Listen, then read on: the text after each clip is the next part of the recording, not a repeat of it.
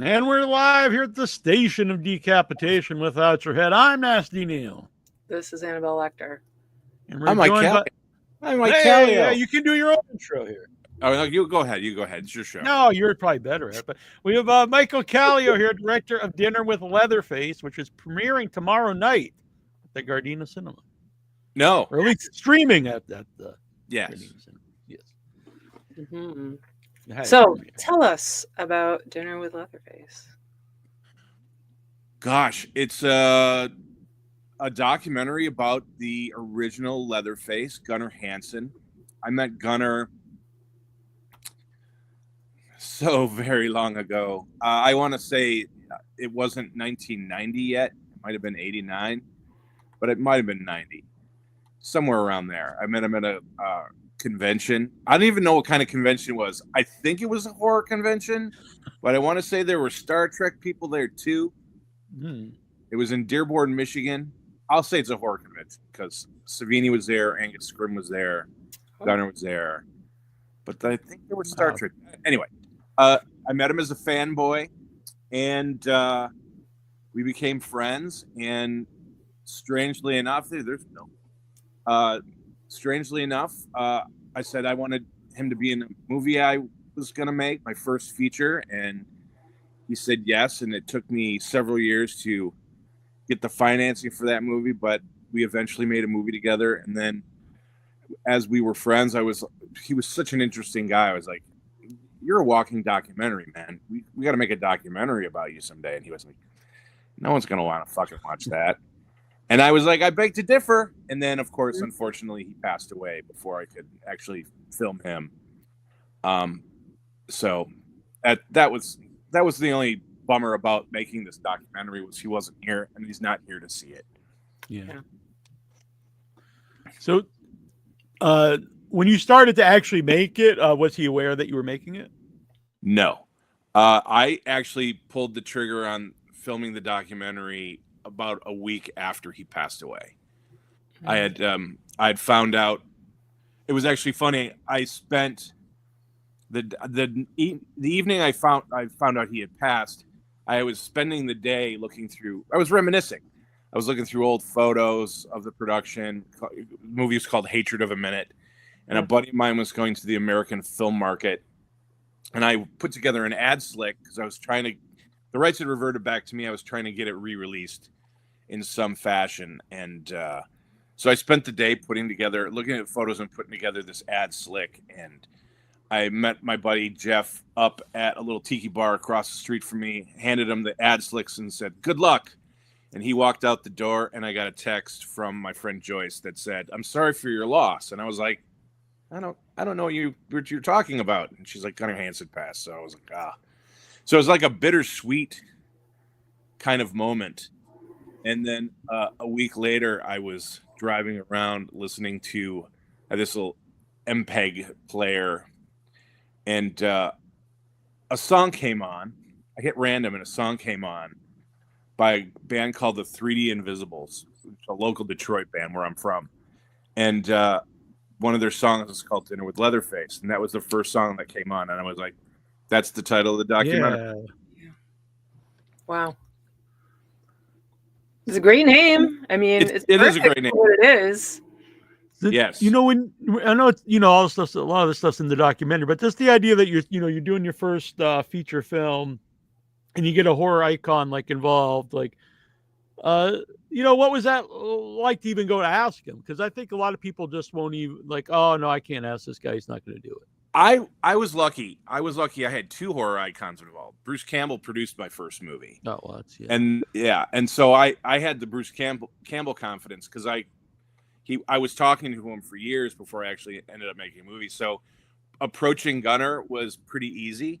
It was just a little nerve-wracking because I thought he might be a mean guy. I mean, look at the character he played.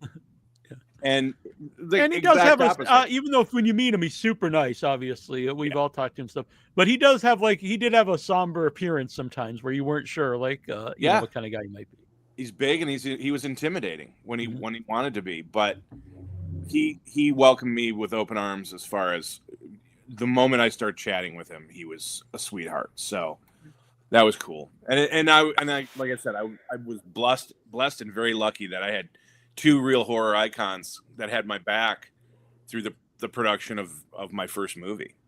That's rare. And so you just stayed friends with him ever since then? Yeah. Yep. And just what was it about him that, obviously he's in the movie stuff, but just as a friendship, what was it about him that like you guys connected? We talked about, and he could say this. A lot of people could say this. We just talked about everything. There was no topic that was taboo, or, we talked politics, we talked religion, we talked movies, we talked books, we talked dumb TV shows from the 60s. We talked about everything. He would call just to see how I was doing, how the progress of the raising money was coming. I mean, it was when we got together for dinner, because we got together for dinner a lot when he'd come into the Detroit area, whether he was filming or whatever. We just, shot the shit about everything. He was just that kind of guy. He was so warm and friendly and an amazing storyteller. Like, and it's said in the documentary, Michael Felsher says it, and I say it, like, there was never a dull story. He always had a story for everything. And it was usually a story I never heard before. Yeah. He never actually got to tell the same story twice. And that was really interesting about him as well, because he was like an adventurer. And people were like riveted when he talked. Yeah. People were just oddly enough, like I always say I'm from Cape Cod because the town I'm in is Sandwich. So I never say Sandwich really because like no one really knows what that is. And so I mentioned Cape Cod and he said where, and I was like Sandwich. I just assumed you wouldn't know. And then he went into a story how he would go fishing out of the Cape Cod Canal here in Sandwich, and I was just like the only person I've talked to that actually like really knew the town, not only just knew it but like had stories about it. I was like, oh yeah. That was Gunnar. He literally, like, you'd say something, he'd be like, "Oh, I got a funny story about that." I'm like, "Why? How random is that?" Yeah. I remember there was a convention where we first were talking with him more one-on-one and not Neil giving him an interview, and him telling us about when he decided he was just going to go on a ship.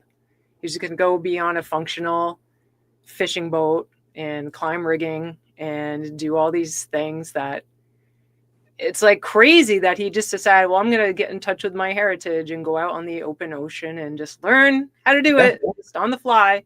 And he was good at it. He was good at it. Apparently he sailed quite a bit. That's one thing I wish I could have done with him, was gone sailing with him. I think that would have been a cool thing. Definitely. Even the documentary how it opens, it's just like, he went to school for all these different things, and then he ends up in the theater program, and then he's in this movie, and then he goes back to school and does all these other things and writes, and it's a real like Renaissance man. Yeah, totally. He was very worldly. Did a lot of cool stuff. Yeah. And so last year's the 50th anniversary of Texas Chainsaw Massacre. So the Texas Chainsaw Massacre itself, like, how important of a movie is that to you? Like, is that a movie that inspired you to become a filmmaker? No, I didn't like horror movies when I was a kid. I remember going to see Raiders of the Lost Ark with my mom in 81, and we were walking out the theater, and there was a Poltergeist poster on the wall, and she's like, "Oh, that looks scary. Would you want to see that when it comes out?" And I'm like, "Fuck no." I didn't say that to my mother, but of course, I was just like, "No, thank you," because I didn't like to be scared. My movies were, if I watched a horror movie, it was anything that Corman did with Vincent Price, like the Edgar Allan Poe stuff, and the Universal Monsters. Mm-hmm. Other than that, I wasn't. Paying money to be scared wasn't my bag. Really wasn't. And it's funny enough, one of my favorite movies, and probably will be like teetering in number one. Like, it's number one always. Like, even if there's another number one, is Ghostbusters, and that had some spooky moments for a 13-year-old, but I just didn't like being scared until I saw Evil Dead. Mm-hmm. And the only reason I saw Evil Dead was I was at a birthday party, and my friend's like, after we have pizza and cake, we're going to go downstairs in the basement and watch Evil Dead. And I was like, fuck, I'm not. You can. I'm leaving. And he was like, but blah, blah, blah likes you. There was a girl there that liked and I was like, fuck. damn it. And so I was terrified. I went down in that basement and the switch flipped.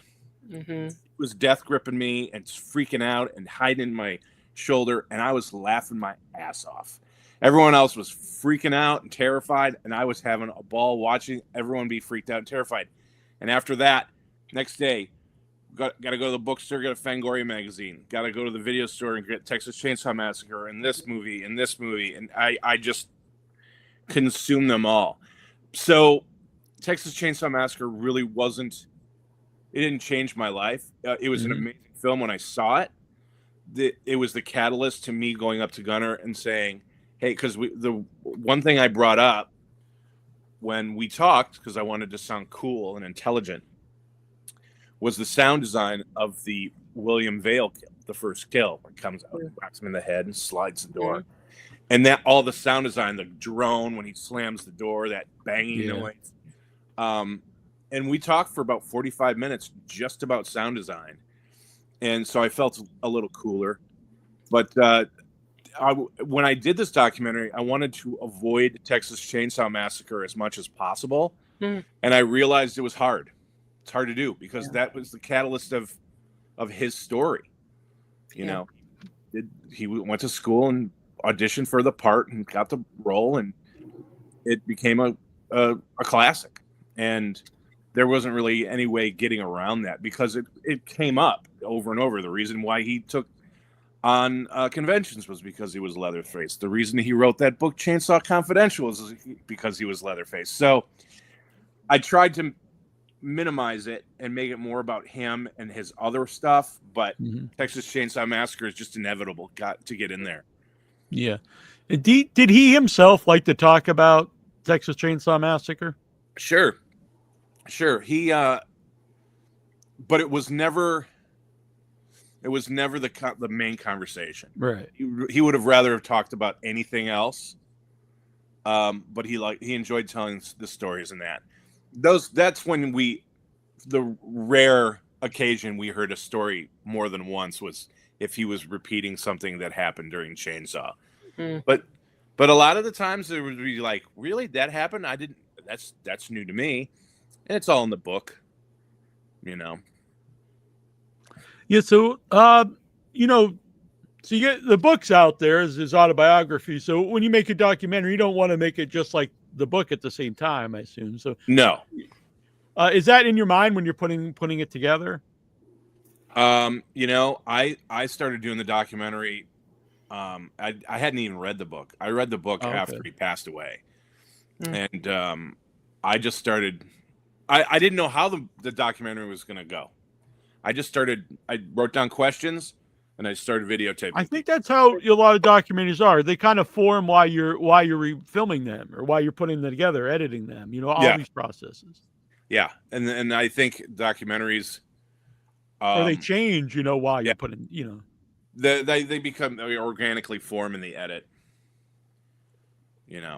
and I credit the hell out of my editors because I was editing.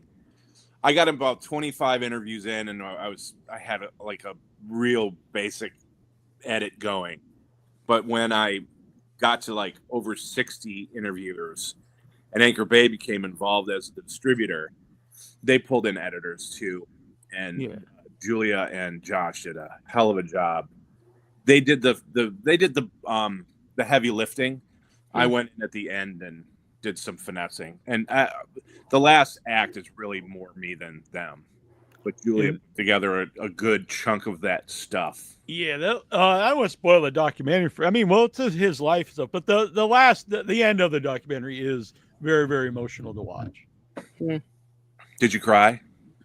Yeah, honestly, it's very, that's super. Hearing everybody talk about, what Gunnar meant to them. I like making grown men cry. Yeah, and missing him, and that was, and then I'd always, we're good friends with John Dugan, and every time I'd hear his voice, it's, it's always nice to hear John. Sure, who reminds me of an old prospector. I wish he has amazing hair. Yeah. He's got great hair still, John Dugan. Oh yeah, he does. And I assume just everyone was on board? Like when you approach him, like would you be interested, being interviewed for Gunnar Hansen documentary? Yeah, no one was like, no, fuck you, get out of here. It was all very much like what, when, and where, and a lot of the not a lot, but there were certain I started this thing with no money, and I pretty much finished it with no money. And we literally, I didn't have ways to fly all over the United States. So like Michael Felsher came in and did a lot of the, did the majority of the old cast and Kim Hinkle, back in at Cinema Wasteland a couple years ago. And he actually filmed John Dugan at some weird first time convention in Michigan at some point. So I asked him for help. There were a couple other people that did their own self tapes, like Jim O'Rear was in New York, and so he taped himself and shipped it off to me. And there were a couple other people that I hired camera crews or a camera person to do interviews if I couldn't afford to fly out. Yeah. But for the most part, man, everyone was like really gung ho. Yeah. We just had Jim Felcher on, actually. I'm looking forward to his not to promote another documentary, but I'm looking forward to seeing his Hearts of Darkness movie with Adam Marcus. What's that about? I don't even know. Oh, really? It's the making of Jason Goes to Hell, but it's yeah. Okay. Yeah. By the name, you might not. You'd be like, oh, what are they remaking the Hearts of Darkness documentary? But no, it's about they've been making it for a while. I think the name's changed a few times. Got it. Yeah. So just you talked about having multiple editors, but how long of a process is that? Because I assume you have many hours from all. You said there's like 30 or 60 people. We had over 60 people. Yeah. Some of the interviews weren't very long at all. Mm-hmm. Some of them were long. Kane Hodder had a lot to say, and John Dugan, the old cast had a lot to say. It strangely enough, the edit happened kind of quick. We cut the movie in about, I want to say 5 or 6 months, with 3 of us tag teaming it. We just were like, let's get it done, because we wanted to get it out at least by the time just before the 50th anniversary. We ended up getting it out there. We had a couple of screenings at the end of 2024, so we got it in just in time for the 50th anniversary. And then now this is the 10th anniversary of Gunnar's passing this year in November. Wow, that I didn't even realize that. That seems wow. That's crazy. Yeah, he died in 2015. Wow. And according to my math skills, I believe, what's Bill saying? Also playing at Gardena Cinema. Yes. Tomorrow night. No, next week. Next week. Oh, the 20. I thought it was the 21st. It's the 28th. Yes. All right. Oh, yeah, you're right. 28th. Yeah. Obviously, you're right. You probably know more than me, but yeah, the 28th. I hope I'm right, because I'm not going tomorrow. Not to the Gardena. Yeah. But yeah, 28th. Very exciting. Are you going to be there? Oh yeah, do a Q&A afterwards. Trying to get some. My producer will be there, Lowell Northrup, who came in probably year 6, 6.5, 7 maybe, and did a lot of legwork for the documentary in that short amount of time. He's going to be there doing Q&A with me, and we're trying to get Tiffany Shepis out and anybody else who wants to join that was in the documentary that are local here in Los Angeles. That'd be a good time. And send us any information here, Bill, in the chat that you would like us to know, where people can get their tickets. I probably should have compiled all this before we went live, but we'll put up all the links for Gardena Cinema where people can go and get their tickets, because it's fun to watch a movie, at home and everything, but it's the best to watch it, with other people. Sure. And you're going to be watching it with a group of horror fans who all love Gunnar Hansen. Yep. And so far, we've gotten some really good reviews.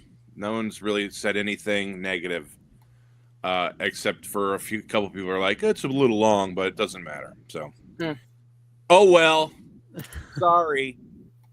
What down the road, will you do something with some of those some of the longer interviews, like either have a special features on something, or maybe we don't want to talk about that yet, or Probably. I even on the Blu-ray I even made a little title card thingy that said these are just some of the extra longer sections of interviews. There might be more someday on a special edition Blu-ray, but maybe not. I don't know. I have a lot of footage. I could have made a TV series out of this. And all the interesting stories. He did a lot. I mean, just hearing some of the stories, I'm like, oh, man, he did so much, and unfortunately, he's not with us anymore. So it wasn't, he passed when he was 66. Alexa, how old was Jennifer when he died? From ScriptsNews.com, Hansen's agent confirmed the actor died from pancreatic cancer over the weekend at the age of 68. 68. I thought he was younger than that, but it's still young. I thought he was 63, but he was 68.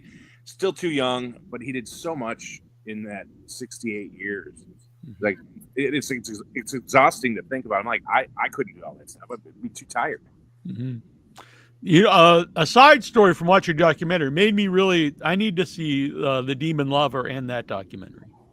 Funny story, while we were editing this thing, and while I was trying to find more information about that movie, I found an article probably from July of 2024. They're remastering it, and they're trying to get it put out again. And I'm being the Anchor Bay Pistons guy. I want that hop movie. on that. Yeah, 100%. You've got and now you have built in you can combine the two, not combine them, but like the one kind of like would help sell the other one. It complements the other one. Yes, that's what I was looking for. I'm really I mean, you can watch the whole documentary. Hi. Hello there. You can watch the whole documentary in a horrible standard def version on YouTube. It's out there somewhere. Oh, all right. Well, if that's the only way I can see it at the moment, I do need to see it. But yeah, check it out. I will definitely get it down the road when it comes out. So it's a train wreck. Maybe very interesting, and we're hoping to be making our. We made. Obviously, I made Once a Future Smash End Zone 2 with Michael and Sophia, but we're hoping to be making Arbor Day together here. So I need to watch this documentary because it was specifically said what not to do. Yes. Yes. I have a feeling you've already figured out what not to do. Seeing that maybe they're obvious things like, oh well, I probably would have known not to. Yeah, do this. once I was a huge fan and champion for Once in Future Smash, so I think you guys know what you're doing. You're amazing in the movie, not just because you're here, and it's cool to have you on the show too. But no, it was perfect for that role, honestly. It was my role of yourself.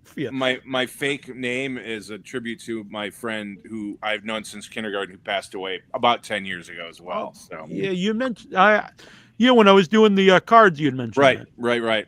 I love those. The trading cards are great.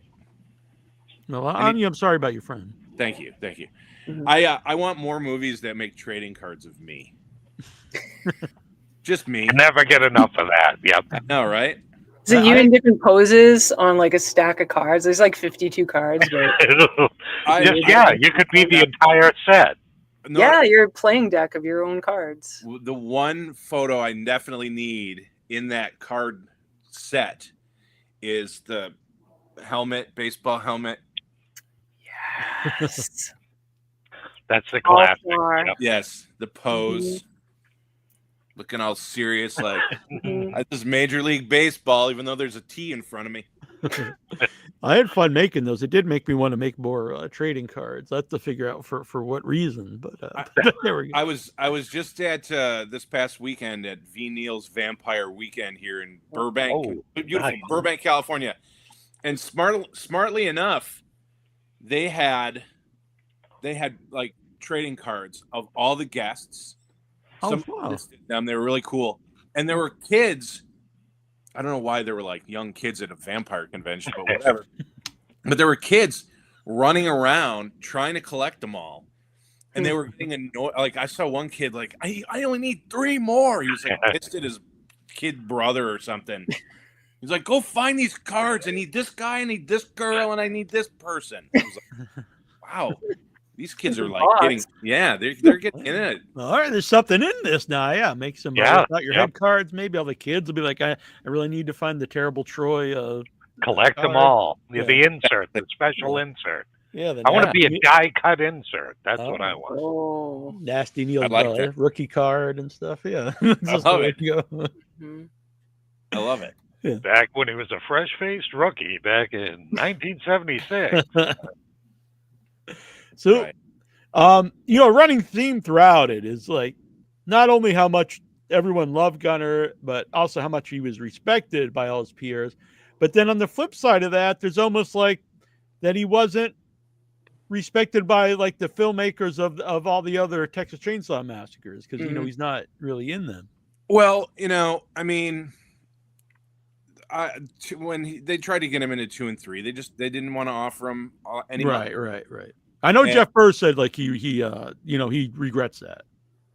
And unfortunately, it's suits and executives who are like, oh yeah, that's what I'm more meaning is like the producers, not really the filmmakers. Because I know I know what you were saying. But yeah, it was a shame. But I'm glad he got into the 3D one.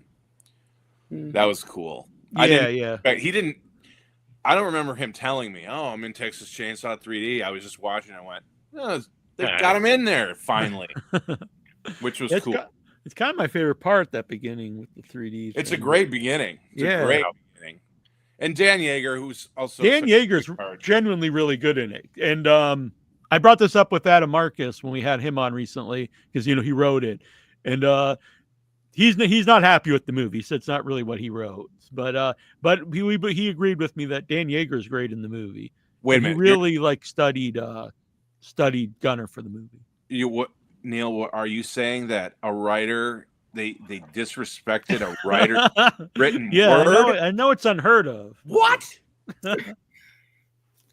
Yeah. So I was actually Dan is a voice in Arbor Day, one of the characters in Arbor Day, and I actually just messaged Adam Marcus that I'm going to work in a line about "Do your thing, cuz" into Arbor nice. Day. Nice. He told me, please don't do that. Yes, agree. Let's see here. Sophia and Michael here. Launch over. I'll buy a deck of Kallio cards. I hope one card has the bat with the fuck face written on the bottom, though. That's a reference to the '89 Ken Griffey Jr. rookie card. That's right. That's funny. That will happen just for Sophia. I'll make that happen. I mean, Neil will make that happen. The collab. The whoopsie card. I have a baseball bat under my bed. It says riot control on it because you never know when riot's going to break out. That's true. I'll use that as my bat. Nick. Yeah, Michael thought when I put fuckface on his card, he's like, "Oh, you're referencing the Griffey card." I'm like, "Oh yeah, sure." Yes, that's what I'm referencing. Just go with it. Yeah. Yeah, that's what I'm referencing. So, how much time just to even make this movie? Because there's so many interviews, the editing. Off and on for 10 years, 9 years. As we all know, there was a little pandemic that happened that slowed me down. But what's really kind of funny, I don't know how funny it is, but I was trying to avoid any Zoom or Zoom video, and I had reached out to Marcus Nispel, who did the remake, and just curious, we were Facebook friends, and I was like, hey, do you have any interesting stories about Gunnar? He's like, I only met him like once, but you should talk to Daniel Pearl because he shot the original and he shot my remake. So I emailed Daniel Pearl, and the only Zoom video I got wasn't even Zoom video. I talked to him via Zoom, but he just filmed himself with his own camera. Oh, that's easy. Yeah, that's a well, as a filmmaker himself, he probably thought that through. But Yeah. but did he not tell you that beforehand though? So if not, No, like, he it was really like, wasn't- okay. He did tell me, he's like, I can just film myself and it'll Yeah. look better because Yeah. I know what I'm doing. And I was like, yeah, probably better. That's you do really that. smart, though. I didn't even think, obviously the filming himself, but over Zoom though, then you can have the interaction easy. Yes, yeah, and it was great being able to talk to him, and I'm hoping he got my email about the screening in Gardena for Friday, because he would be great to get up there and do Q&A with. Yeah. If you're paying attention, anyone who knows Daniel Pearl, call him and let him know. Remind him. We may, I don't know. Maybe someone out there does. I was going to say, I'm sure someone, I don't know. I'm not sure if someone does, but maybe someone out there does. I'd have to email him again or something. Bother him. Yeah. You mentioned, down the road, a physical release, I assume. Oh, it's out. You can get it now on Blu-ray. Why? If I was prepared, I would know these things. That's okay. That's why I'm here to tell you, hey, you should be more prepared. No, yeah, it came out in late February. Oh, for my birthday. Yeah, and that's exactly why we released it. Right. Like, we got to get it out for Neil's birthday. He won't know, but He won't know. You'll be completely oblivious. That's right. It'll be a surprise a month later. It's even I better. was going to say you were just playing devil's advocate, Neil. Like, just in case you didn't know. When is this physical release coming out? Yeah. So, yeah, it's out there now, and it's popping around theaters for over the next few months all over the country. And I think last Friday it opened in Oklahoma. It sounds like an Ed Wood moment. It opened in Oklahoma, Utah. No one saw that piece of shit. No, it opened it for it did a week run in Oklahoma, like 3 or 4 shows a day. Wow. At some, I think it's called the Circle Cinema in Oklahoma somewhere. And then it's screening, here in California, and it's gonna be screening in Michigan and New York and Chicago, and so we kind of did a weird release type thing, but I think the theatrical drives the physical media, or vice versa. So I've noticed, really, it's a fairly newer thing, like with a lot of guests that we have on, where they'll put out the movie or what, and then it'll slowly, not even slowly, but it'll be doing theatrical releases here and there, and I think that's really cool. And I know we've had people that will travel around with their movie, and I'm glad that's like a thing that people can actually do now, as opposed to you get a theatrical release maybe a week and then that's it, and it's all done.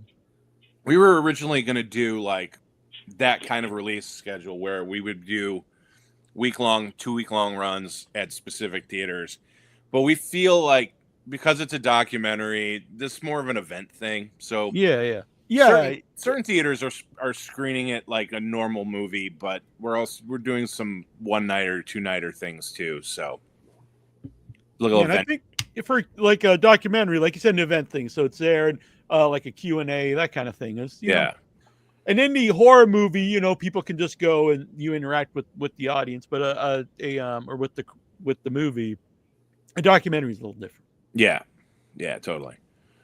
So that's what we're doing. Sounds good. And I had it wrong. I'm sorry. I said Ken Griffey. It's the Billy Ripken card, but the Ken Griffey card is that one. I don't think it's fuck face on that one. No, maybe just mine. I was like, I hate this.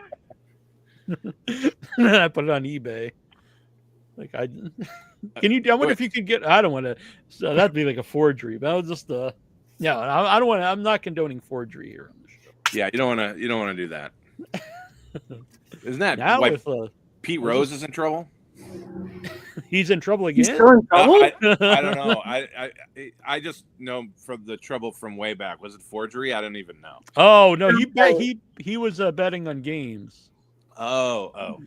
Which I Now, this is my personal opinion up here. If he does he bet on his own team while he was the coach? If he bet on his team to win, I actually don't see any problem with it. If he bet on his team to lose, then I do see the issue with it. Oh. Well, then I think the later Pete Rose, though, he started selling like memorabilia Oh, then over and over again. Like this was the bat that I had when I broke the hits record, and like 8 other people also have that bat. Interesting. Pete Rose, Yeah. a shady dude. Yeah. So is this barber. Anyway, he is in the WWE Hall of Fame, though. is he? Yeah, He belongs there. Yeah, they put him in the. It was during the time that it was, that they barred him from the Baseball Hall of Fame, and so WWE put him in their Wrestling Hall of Fame. Oh, okay. You gotta do something. Yeah, then that was the first induction into the celebrity wing of the Hall of Fame. Oh. Nice. Yeah, and since then they put in Bob Uecker, is he in there? he may be. Yeah, they put in someone every year. Some of them are like Mr. T. That one makes sense, but some of them are just like someone who made like an appearance one time, and it's like. I don't really understand why they're connected, other than just to have them appear at their Hall of Fame and get ratings, I guess. Sure. But that's why I'd do it. Oh, yeah. Well, maybe down the road, Michael Kallio will make the celebrity wing of the Hall of Fame. It's only the smart thing to do. I mean, come on. The obvious choice, Neil. Yeah, exactly. It's like a no-brainer. Michael Kallio, WWE Hall of Fame. Duh. So, first ballot inductee. What are you working on currently? I'm finishing up a Christmas movie I shot a couple years ago. That it's not a Hallmark or Lifetime type Christmas movie. It definitely thinks outside of the box. It's my homage to L.A. Story and Better Off Dead.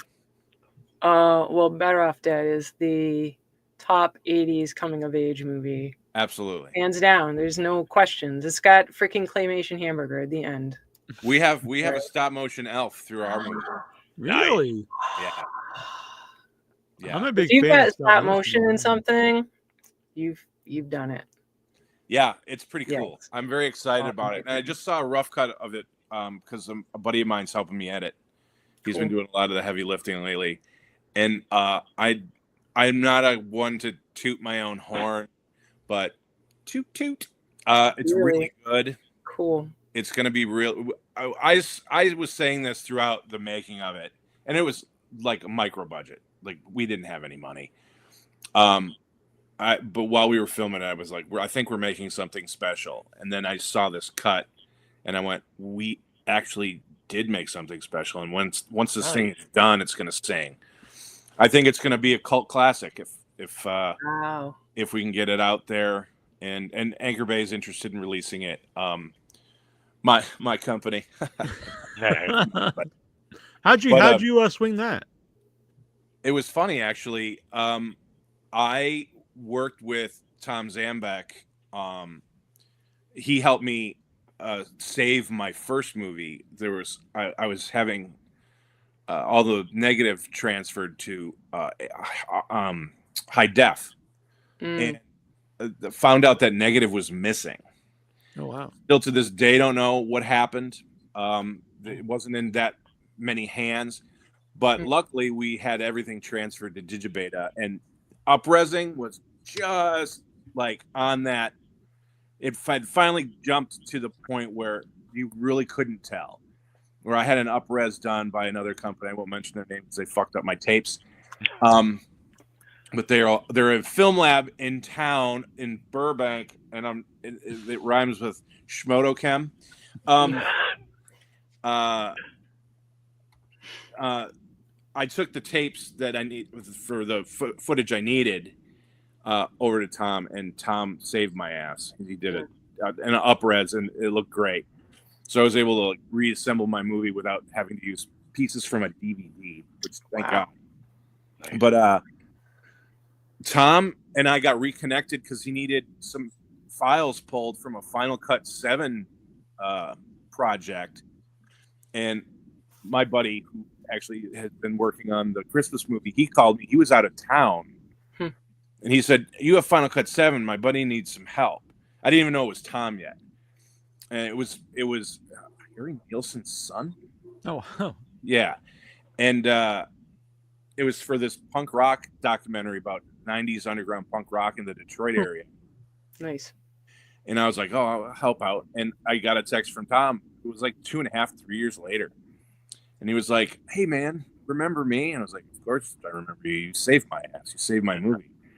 And he wanted a couple of XML files pulled and was like, "What do I owe you? What can I do?" And I was like, "Dude, this is going to take minutes. Take me to lunch. Let's talk about," because he had mentioned he was getting into distribution. And then on the DL back in the day, he was like, "Don't tell anyone, but we're reforming Anchor Bay." And I was like, "Hey, I have a Gunnar Hansen documentary. You want it?" Ooh. And he was like, "Yes." And I was like, "Hey, I got this 50s sci-fi spoof with Jack White in it. You want it?" He's like, "Yes." And I pitched him like 3 or 4 things that I had that I wanted of my own distributed. And my first movie was actually distributed by the old Anchor Bay. So it just seemed like a good fit. And I just kept bringing them other people's movies because they had to start from scratch. Yeah. Because when Lionsgate bought Stars, Anchor Bay was included in that purchase, and Lionsgate dissolved Anchor Bay. Wow. So we didn't have a catalog, and I was just trying to help him rebuild the catalog. And the partners that reformed Anchor Bay were like, "You want to be directors of acquisitions?" And I was like, "Okay, sure." Wow. Whatever. Do I get cards and stuff? But that's yeah, what it's that's all how it about. happened. Yep, exactly. The business card. Look who I am. I'm important. I have a business card. Oh, I thought you meant a trading card. Yeah, that's what I was. Well, I'm waiting for them, Neil. Get me all get 52 of them. All right. I gotta get you 52 pictures. I know. It's my bad. We'll work on it. Yeah. Or 51. You already have one. That's true. That's true. Well, you can use a new photo. It doesn't always have to That's be true. photo. That's true. What are you saying? No, it's a perfect photo. He's got the class. Can't really improve on it, but maybe an action pose or something. Yeah, definitely gonna get those baseball photos going. One tomorrow. in the field, Yeah. Yep. But yeah, so it was just kind of a fluke. Hey, do you want to do this? And it stuck. I'm just been trying to help grow their catalog and the brand back, and so by accident, but on purpose by accident, I guess. Sometimes it's the best way for things to come out. Yep. And they still let me make movies too, so that's nice. Yeah, I'm sure that's exciting. Yeah, it's cool. And I loved Anchor Bay the first go around. They were good to me. And I liked all the people, and this new version is going to be even better. So, is there any like specific something that fits Anchor Bay? Like if someone was trying to have something distributed through Anchor Bay. Our goal really is to find those new cult movies or those new filmmakers. We don't release movies, we curate them.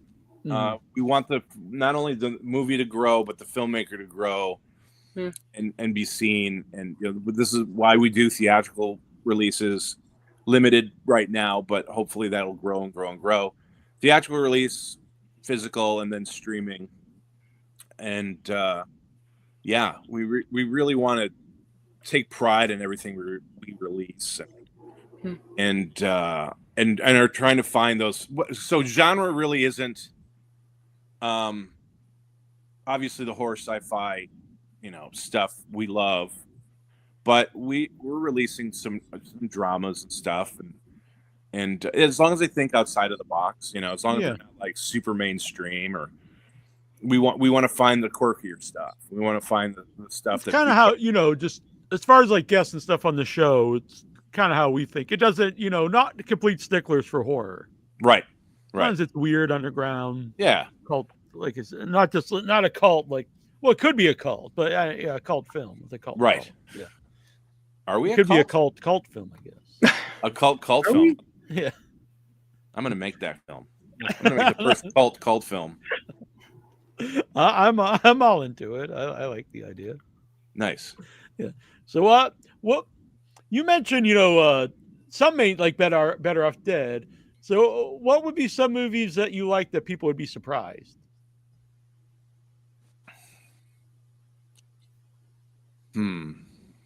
Movies that like, should I throw like Beaches? I've never seen that. I've never seen it. I just know I just know that because I too am a fan of a lot of like John Cusack 80s movies, which people might not know because we do the horror show, but I pretty much like all of them. I'm a cinephile. I like movies. I don't think there's any one movie that I will say this. I cry at a lot of shit. Well, that's good. That's good. E.T. I can't watch E.T. without bawling like an idiot. I got through it, but yeah. It's hard. Yes. It's hard when he dies, and I'm not spoiling it. Oh, whoa. What? He dies? Yeah, it's only a 70-year-old movie. No, no, I still cry when E.T. dies. I still cry when he goes home.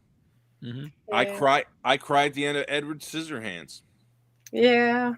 Yeah, I'll admit it. I'm a big baby. That be good moment. So it's anything with fingers. Like, if it's scissors or... Oh man, now I'm thinking about E.T. I know. Cold, gray body down there. Oh, terrible. Yeah, terrible. Him reaching up. Yes. Her slamming the door. Dee Wallace was mean. No. She was protecting her children. Yeah. Actually, I have a ET one sheet that I'm trying to get the 6. I have 3. I need 3 more.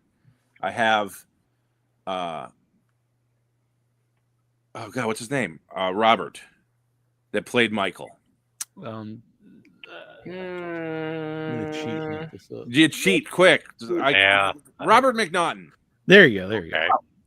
I actually met him at a convention in Michigan when my first movie came out, and Anchor Bay had gotten it to screen for a week at a theater right across the street from the convention center. So Robert McNaughton came with his sister who lived in Lansing, or Dexter, Michigan, kind of on the way to Lansing, and they all showed up for my first movie. Oh wow! Oh, that's great. Cool.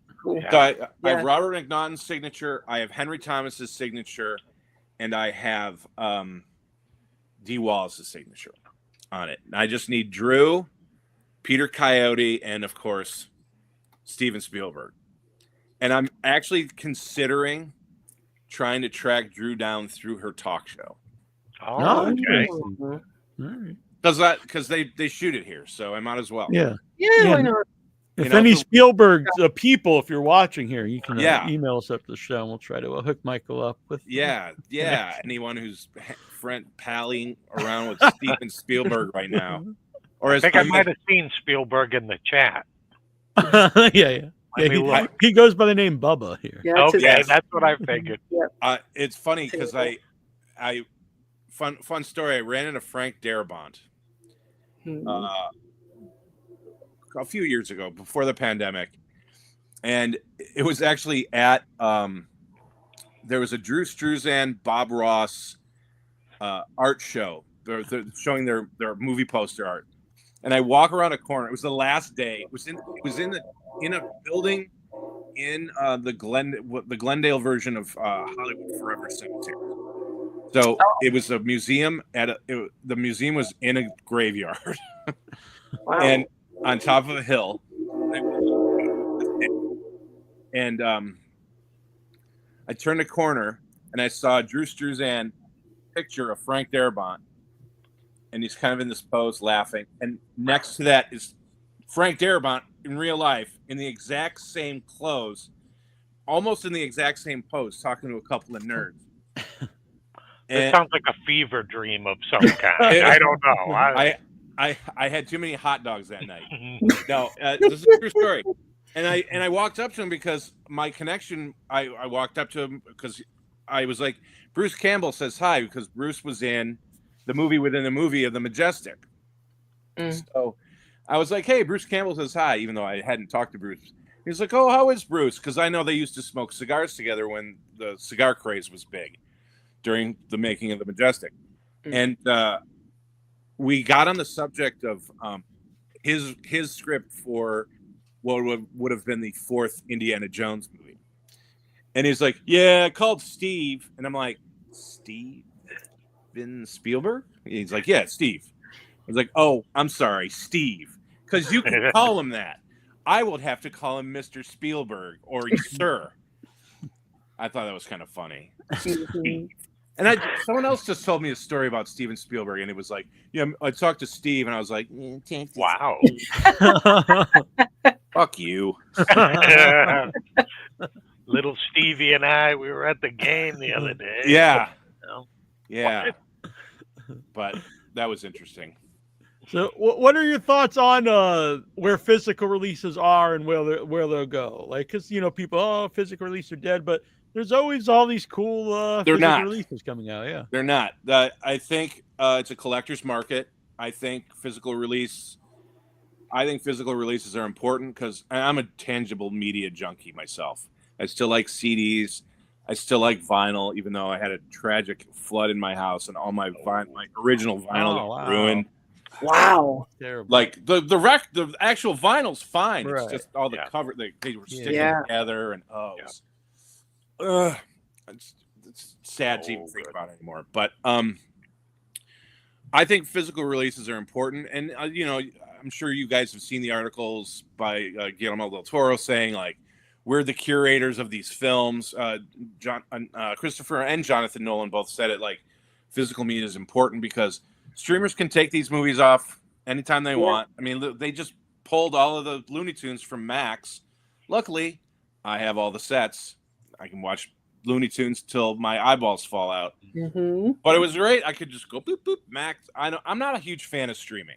It's convenient, but I think physical media and the theatrical experience is more important than. I agree 100%. Yeah, it's better. There's no better way to watch any movie, even if you've seen it a bunch of times. If you see it in the theater, it's a completely different experience. Yeah, absolutely special that way. Yep. Matter of fact, festivals. Random fun story that ties into Dinner with Leatherface quite a bit.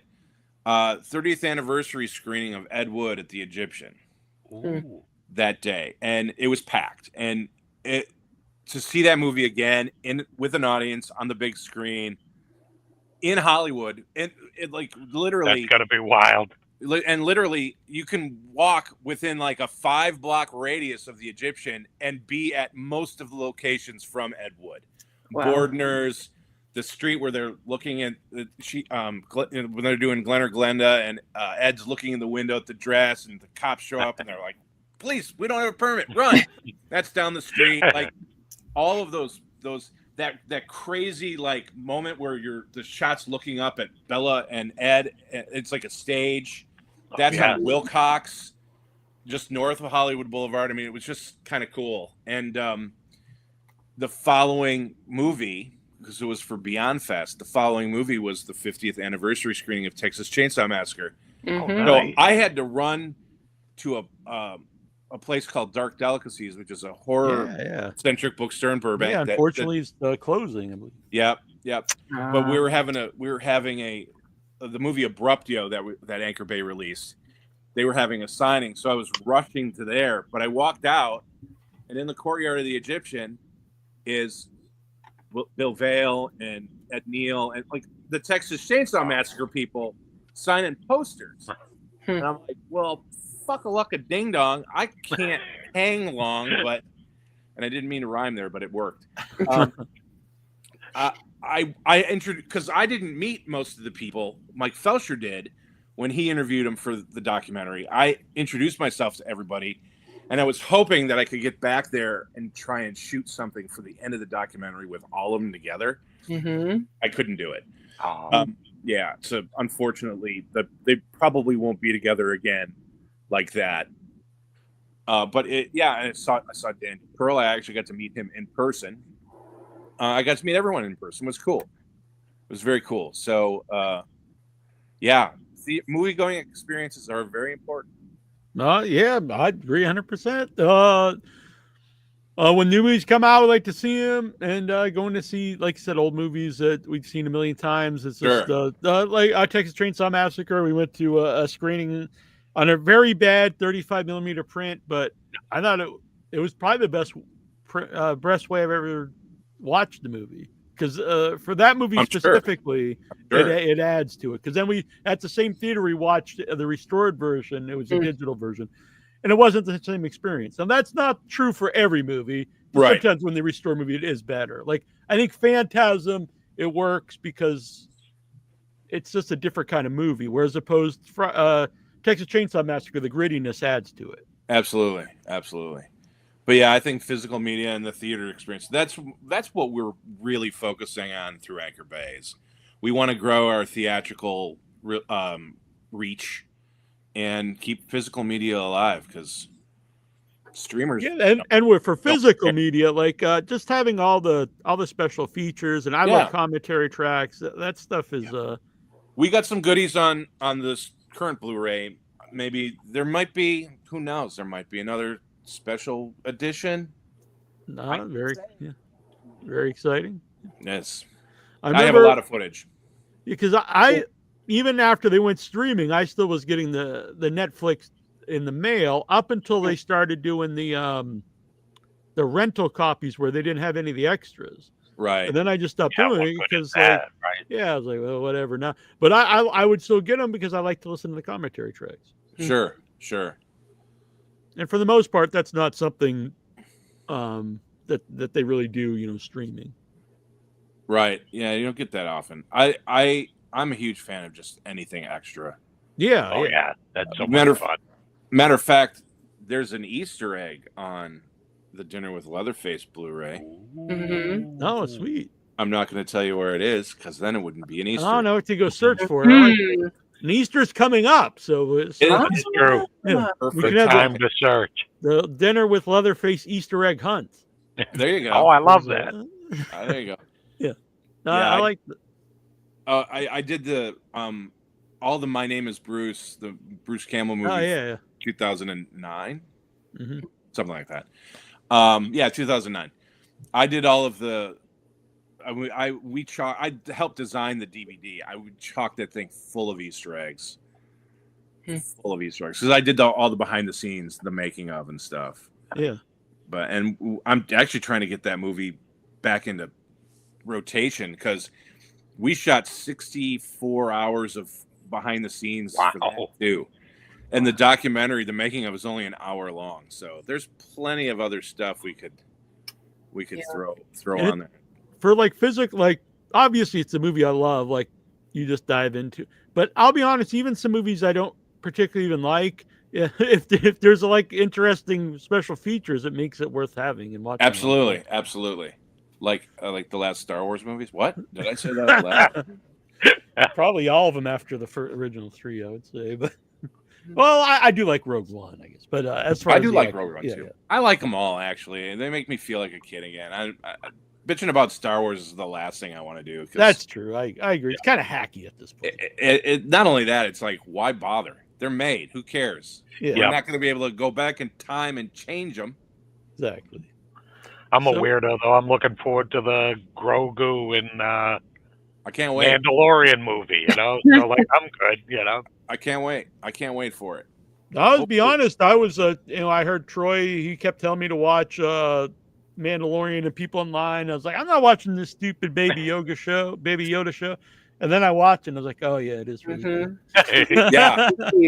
And you go in with your fists up and then you're like, son of a bitch, I love it. Yeah, you go over your fists up and then you see a little Baby Yoda going. Yeah, they're like, come on. Drinking Baby Yoda. Eat that frog, Baby Yoda. That's right. Go. That's right. Fuck everybody. That's exactly right. You're better. You're not as cool as a puppet. I'd rather watch a puppet than listen to you, bitch. That's right. Puppet over the CG Yoda any day, Exactly. So where can people go to follow you, to follow Dinner with Leatherface? I don't want anyone following me. That's weird. Got the binoculars No, going. no. I'm on Facebook. I have an Instagram, but I'm really bad at it. I'm really bad at social media. I got to get better at it. I have an Instagram it's under Michael Kallio. I'm Film Mike on Facebook, 2 M's, all one word, no capitals, with an F, not a PH. Where else am I? You can follow Dinner with Leatherface. That has an Instagram that actually functions because my wife does it, and she's better at this shit than I am. But yeah, Anchor Bay Entertainment, anchorbay.com. I think it's anchorbayint.com. And you're always welcome back, Michael. So you Yeah. can come back anytime. When are we doing? Well, can we do this tomorrow? Yeah, we can talk. Yeah, well, Not tomorrow. We'll be at the Buff. Yeah. Oh, okay. But yeah. You can talk about how you come back, talk about Anchor Bay new releases. Yeah. You can just talk about horror movies. You can talk about trading cards, whatever you want to do. You know what? To be honest with you guys, I love talking. So This is the right place. We love to listen and to talk. Excellent. I would be honored to be back as often as you want to have me. As a matter of fact, we should do maybe a monthly thing where I come on and go, this is what's coming out via Anchor Bay. Yeah, that'd be perfect. Yeah, let's do it. Yeah, let's do it. We got a couple of we got a handful of really cool coming your way, with more in hopes we can sign off on them and get them out to everyone who loves Anchor Bay and physical media and movies. Awesome. Very cool. Yeah, and maybe we can set up interviews once in a while too with filmmakers. That'd be great. That'd be good. Yeah, that'd be fun. That would be fun. All right, we will let you go. Well, thank you so much, everyone. Yeah, thank you. And we will talk to you soon. Yes. May the force be with you. With you. Baby Yoda rules. He does. He's pretty cool, I have to admit. And I know some people yell at you if you call him Baby Yoda. Whatever. Let him yell. Yoda, the child. We're all good. No, the child. Let him yell. I agree. Oh wow, All there's right. a whole chat thing. I didn't even. I'm so. Oh yeah, we got chat, and now you know. And we're gonna have some folks coming on here from Boston Underground Film Festival. We're gonna be talking about that. Oh, cool. And well, I'm not even sure who's all coming on. I think some people that we haven't seen their movies will be coming on, but that's totally fine. It'll be fun. Okay. All right. Well, you guys have fun, and we'll talk soon. Looking forward to it. See you. Thanks, everyone. Bye. Bye-bye. Bye. All right, that was great. I know we're gonna have Miriam Olken here in a minute, and I have to send a link to some other folks here who would like to come on. It'd be a beautiful time. So for let's a break. go to a break, and we'll get these fine folks on, and we're gonna talk about Boston Underground Film Festival. Especially, we're gonna for this segment, we're going to be talking about the shorts blocks, Dunwich Horror and Trigger Warning. Ooh. All right, so let me play. Let's see. What we got there for break time, Mr. Jones? Right, so we're gonna play. This is Our Man Funk. That'll be being filmed soon. It's supposed to be playing.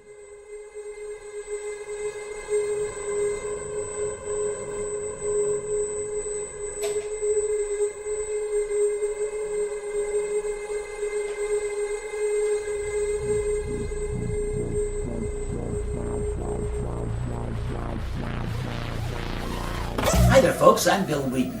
Not at all. Please just come in. I hope you won't mind if I don't get up. The time has come. I'm Lisa Gay, and most of you know me through trauma. That's right, Dean. However, we do have a plan to get the Toxic Avenger to Japan. Mark Torgel here, Melvin the Mop Boy from the original Toxic Avenger.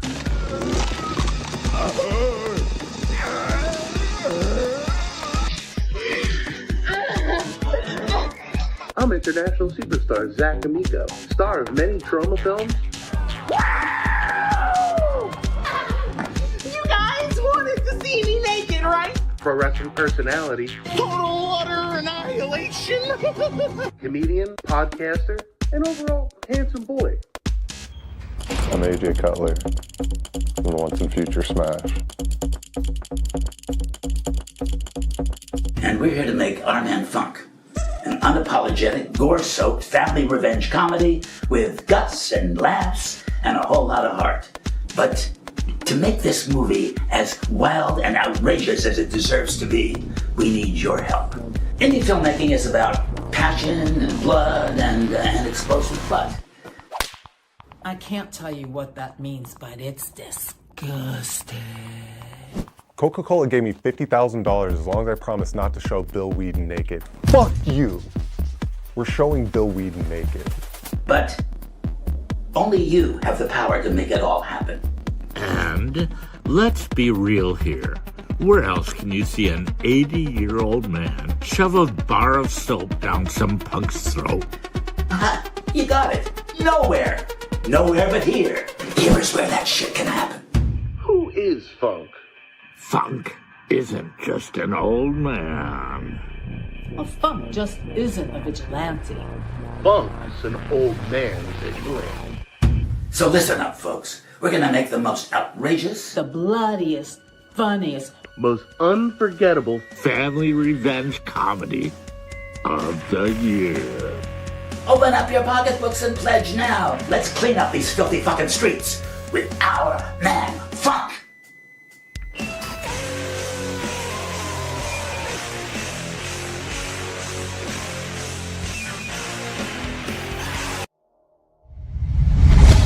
Action. My name is Jim McDonough. I am a New England, more specifically Massachusetts, actually South Shore filmmaker, known in very small numbers for making short films like Tiny Clones, Manicorn, I Owe You One Banana, and Two Black Eyes, and working on my first feature film called Manicorn. I'm super excited to be part of Troy, Neil, and Annabelle's first feature film, Arbor Day. I will be playing Owen, more specifically Owen Wade Kenobi, Master Demon Hunter and mentor to Steve in Arbor Day. Coming in, I don't know what's coming, but I'm super excited to be part of the whole thing, and can't wait. Okay.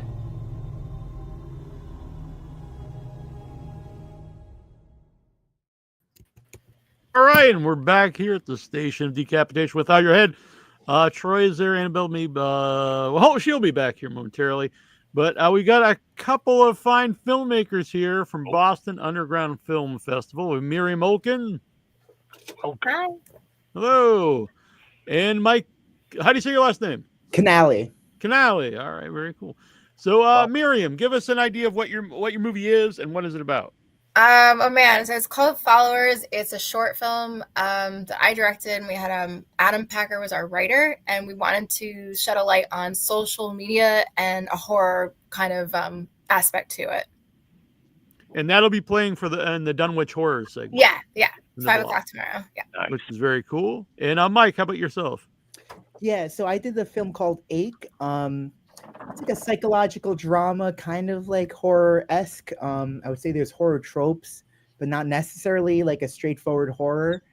It actually became kind of like a political piece. So the script was a little loose. It was just really me, an actor, and my partner who shot this, and it kind of evolved into something else as we kept shooting. And I was like, all right, let's just keep changing this around, because it actually became a little bit more political. Then that was and then we kind of just catered towards that. So yeah, that's that. And which segment is that in? Which block is that? It's also the Dunwich Horrors. Oh, cool. So you're also a local filmmaker. And Steven, who has just joined us. I'm putting you on the spot right now. Tell us what your movie is and what block it's be playing in. Yeah, sure. Katie Skin, and it is also in the Dunwich Horror block. What's up, Mike? How's it going? Good. How you doing? Pretty good. And I know it's a short film, but can you give us an idea of what it's about? Yeah, it's a tricky one, because it's one of those where if you say what it's about, it kind of spoils the whole thing. Away, but right. yeah, it's an unwelcome guest horror movie. Unwelcome guest. All right, I like this. So, Miriam, I have seen yours. I haven't seen Steven and Mike's yet, but we're going to be seeing it at the festival, so that'll be exciting. Cool. So, what was inspiration for Followers? I mean, it's interesting. I wasn't the writer, so it was the first time I collaborated with someone else who was a writer. So, I mean, I brought my aspect where I wanted tight, claustrophobic shots. I wanted it to be scary, but not too scary. And I also really wanted to, let us comment about social media as maybe there's a lot of negativity about it. And, what it's like to be a young person and the pressure of having to post or wanting attention, and what happens to you, what is your body language, or how do you react to that, and then also I love making these like kind of slow burn movies. I think all of my movies I've made are slow burns, so the ending is a little surprising, but it's fun. Yeah, definitely. And I think not just social media, but being a female in social media, because through some people we've had on the show, even former co-hosts who are actors, and to be on, especially like Instagram, it's like to get like a lot of followings. It's people think you have to post certain things, things that maybe you don't want to post. And if you want to, it's totally fine. But if you don't want to, you shouldn't be pressured. It's like the age-old peer pressure, FOMO. Like I want to be part of the cool kids, and then unfortunately, and not everyone has the same experience when they post certain things. Right. Mike, have you ever played Buff before? Yes. For the last, this would be my third year. Nice. Actually returning. With a longer piece. Congratulations. Yeah. Thank you. Everybody for being in there. Yeah, I think this is my second time. So I also just can't wait to come back. Oh, see, I feel like you're, because I always see you at Buff. I just feel like it's okay. Petunia had a nice run, and Buff we had an amazing screening. So yeah, you were very excited, which you should be very excited. But we were there for that one. So I didn't realize that was the first time you actually had something playing at Buff, though. That's awesome. And how about Chris here? Is it Chris? I had the wrong name. I'm sorry. Steven. No, yeah, this is my first. I had many people. I'm sorry. Just in advance, I had many people email me, and not all of them popped on. So I'm sorry. That's all right. I'll be your Chris today. All right. Steven. Yeah, no, this is my first time at Buff. This is my second short. My first one didn't get in. And I was like, all right, I got to come back strong this next year. And similar to Miriam, this was the first short that I did. The first one I wrote, this was one that I didn't write. And I wanted that challenge of like taking a script that wasn't mine and still putting my flair on it and having a little bit of a thumbprint, but obviously like working within the confines of the script.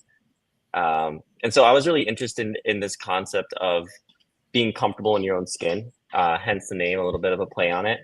And sort of like pushing this idea of everybody's telling you like, be who you are, be who you want to be. But like, where's that line? Where is that line of like, okay, I am this person, but I shouldn't be doing these things. And that's kind of what I wanted to explore to an extreme with this piece through a character who,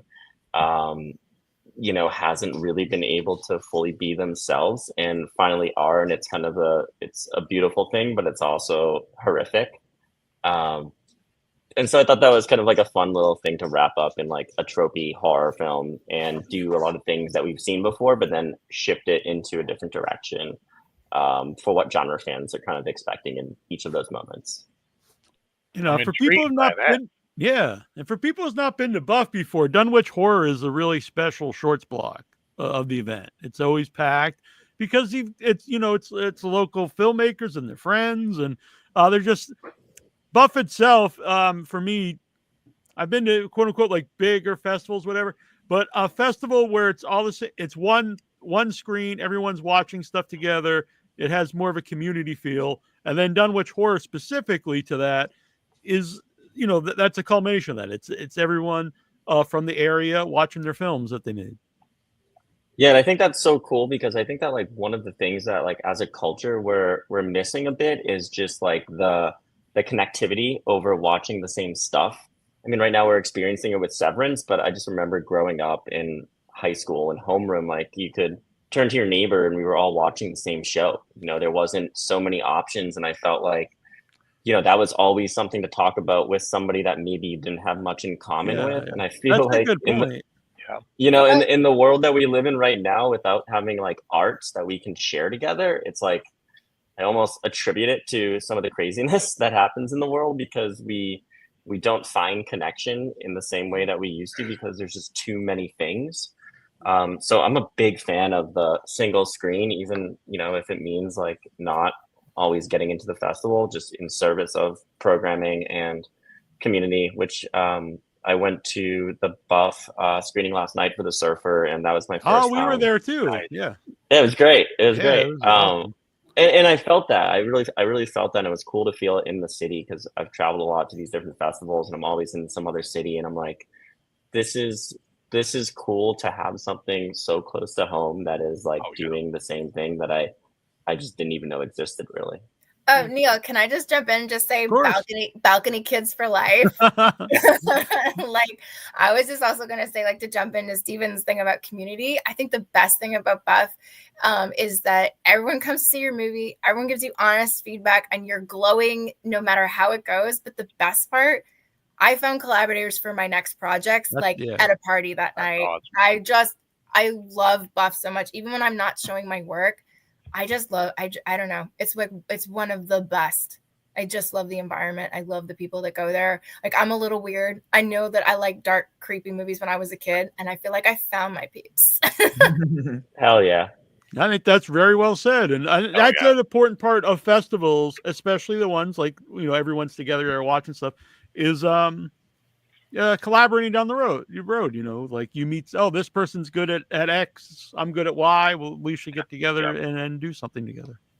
Yeah. And so many people ask me, like, how do you meet people in your network? Like, how do you grow? It's like, I'm lucky to have found like the film festivals 8 years into doing this, and I wish I did it sooner, because it's the best networking, and especially at festivals where, like, if your intention is to go to meet people, like, you will come out of it meeting new people and working on new projects. And it's truly like way better than sliding into someone's DMs, Yeah. Because everyone's there to, they have the same love of movies, weird movies.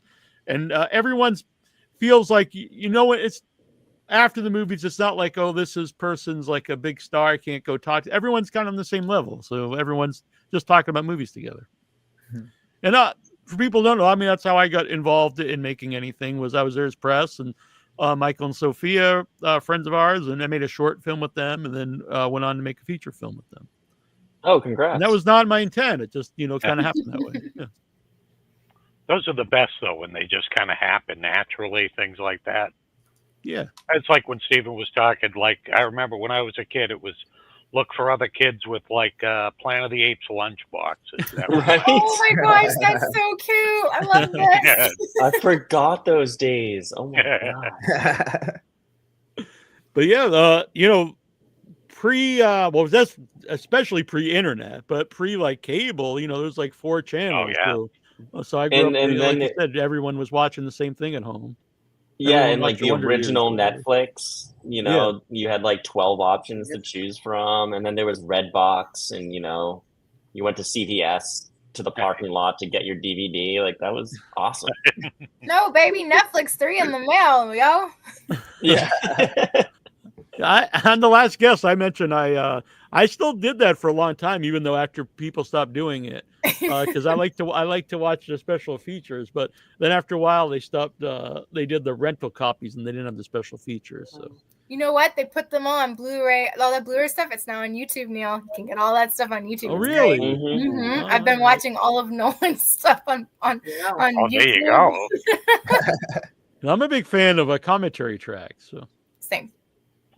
I have friends who say that they use commentary tracks as kind of like their film school. Like they learn how to make movies off commentary tracks. I think Ava DuVernay, like hardcore, said like in one of her things, like, I love watching DVD commentary, especially like I think Fincher gives some of the best commentary. There's like a documentary about The Social Network. Anyone who's a filmmaker, I recommend it, because you get to watch 80 takes of Andrew Garfield slamming this computer down, and you're just like, oh, Fincher's an 80 to 100 take guy. It's awesome. So. Well, what are your each of your background in filmmaking? We'll start with Steven. So I'm go to film school or? I did. I didn't learn anything in film school, but I did. I did attend film school. Yeah, so I went to BU, and then I kind of went like a little bit of an untraditional route after school. Like I didn't look for a job in the industry. I looked for a job like working in a restaurant, which I just found could be more flexible.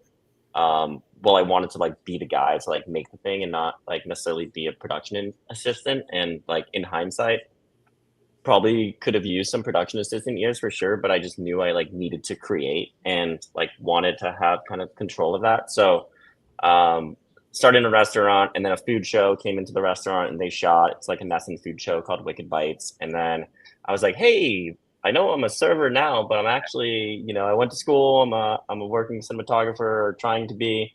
And they hit me up like a month later. I think like their guy canceled on them or something. And then I shot like an episode for them, and then I shot 36 more episodes and left the restaurant and started shooting for them pretty much full time, and then started my own company. And yeah, so currently I make a living being a DP is like how I make a living. And then I do a lot of like documentary corporate projects, and then for my sanity I put that money into the shorts where I kind of be my own brush, if you will. Yeah, that's great. Yeah, nice. Yeah, a lot of our friends who make films similar. They're either an editor or whatever, and then use the money to go make some crazy thing that they like. How about yourself, Mike? Yeah, so similar to Steven, I went to BU film school, but I ended up dropping out because I was like, I don't need to go to school for this. I have a background. When I was at BU, I like had a band, and I was like in the music industry, essentially, like managing bands and stuff like that. And I had a friend who was pretty popular at BU in film. And I ended up, I don't know, he came to one of my shows and was like, Mike, would you ever, I know you do music engineering and producing and stuff. Would you consider doing sound design? Because he shot this 8-minute film, MOS.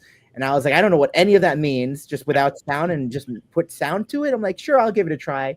And people who watched it didn't even know that it was not shot MOS. They just thought it was how it was shot, and it was like complicated stuff. So I started, through him, I started in post sound, and then I actually transitioned to film at BU. And then I was like, I don't need to do this because I'm already on set sound mixing at this point.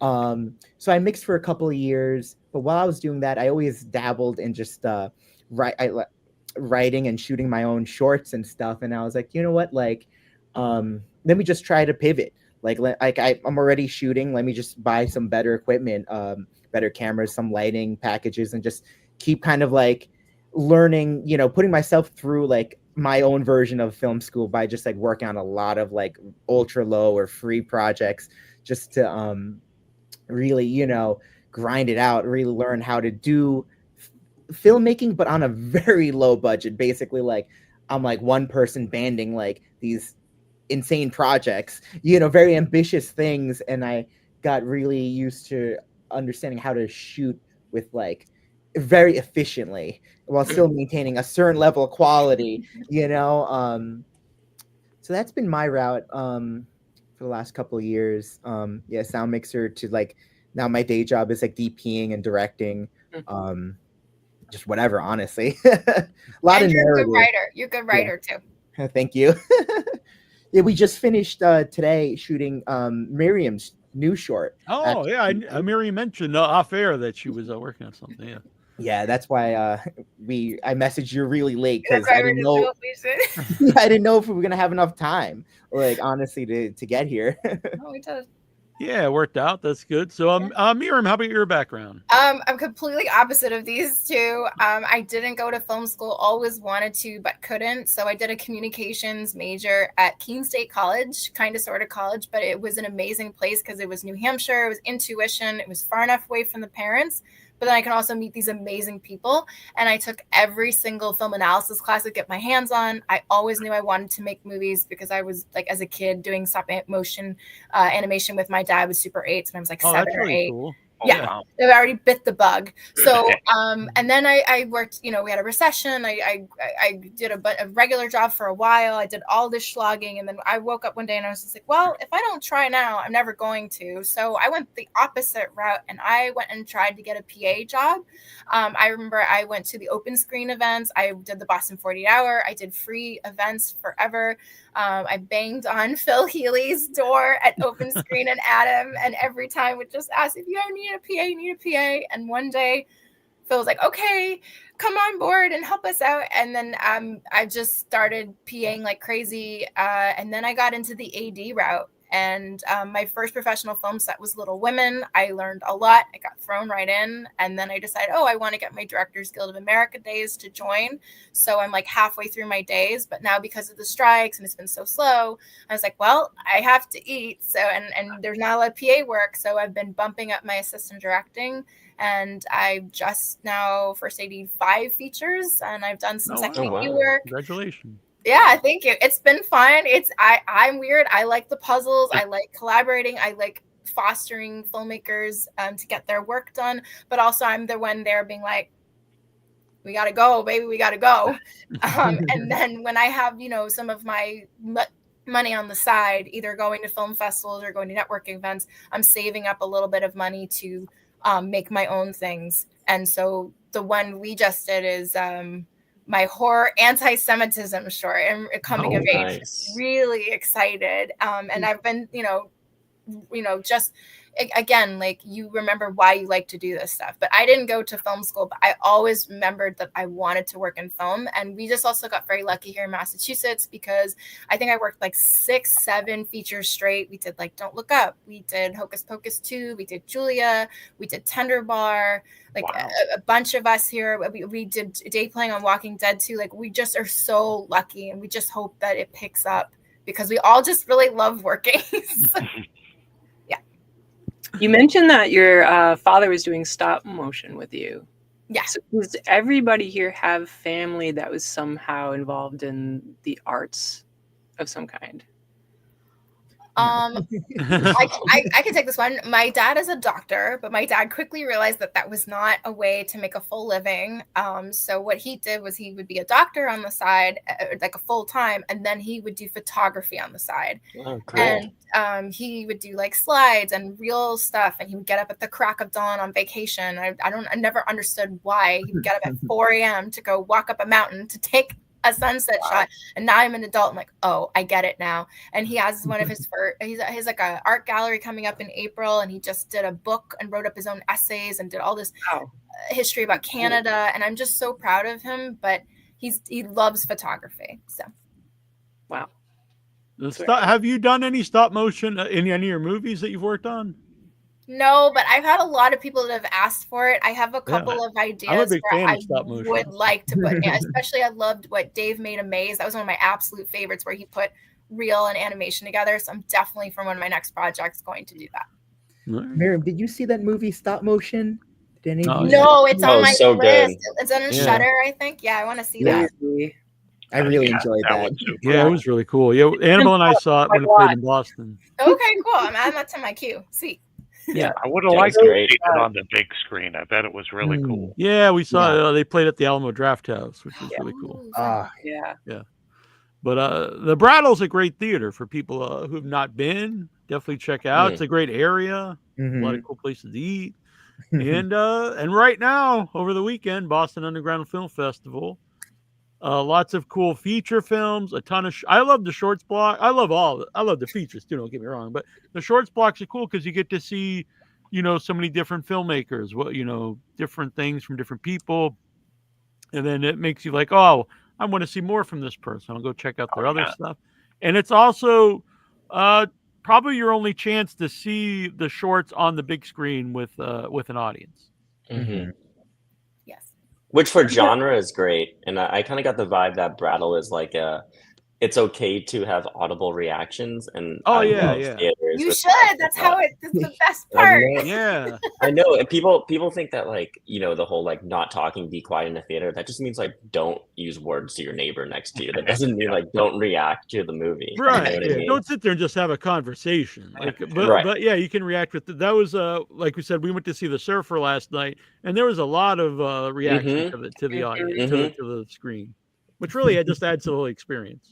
Which, as a filmmaker, that's what you want. You know, you want to see the crowd move. Yeah, if everyone's silent, then you're like, oh, do they like this? I don't know what's going on. Yeah. I mean, there was it's kind of like stand up.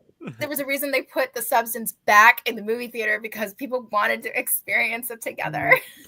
And that was really I was thinking about with Stephen, what you were saying, this idea about being in the shared space with only so many things to watch, right? You're in the same place for that in-person interactive, not just watching it, just you in that small space. Yeah, it's amazing to see anything on the big screen, but in a film festival environment, having all of that shared experience, not just being next to a neighbor, but really taking in all the different dimensions that a film has to offer, including what's going on around you and interacting with each other through reactions. Yeah, it's like a step above just consumption, you know? Yeah. Yeah. They have a cool shirt this year too. They do. Oh, that's dope. Eyeball shirt. Wow. Yeah. We're Is breaking that glow in in. the dark? It looks I like don't it is, know. right? I'd turn off. I would say I'd turn off my lights, but I think I'd have the light from the last. When I turn everything off, I will let you know. I'll get back to you if it glows in the dark. At least like a cool like black light thing going on with. Definitely a black. Yeah. Yeah. So for some like first timers at Buff, when should people get there to be at the door? I heard that it's tricky to get seats on some of these blocks. Yeah. Yeah, get there early. Yeah, get there early. It's a low ticket count already on the website. Yeah, John Wick 4 especially, that one is really hard to because it, you know, it's most of the filmmakers will be there, and then their friends and other local filmmakers, and yeah, that one is that one's Surfer was pretty busy too last night. It was that was full. Nice. Yeah. I hope that one was as good as it looked, because it looked so cool from the trailer. We loved it. We can't Good to give an in-depth review till May, but next year I'm going to have to go to this thing, because I haven't been before. So Jim McDonough asked about you. Oh, did he? Yeah, he's like, is Troy coming out with you guys? I was like, next year I'll make this.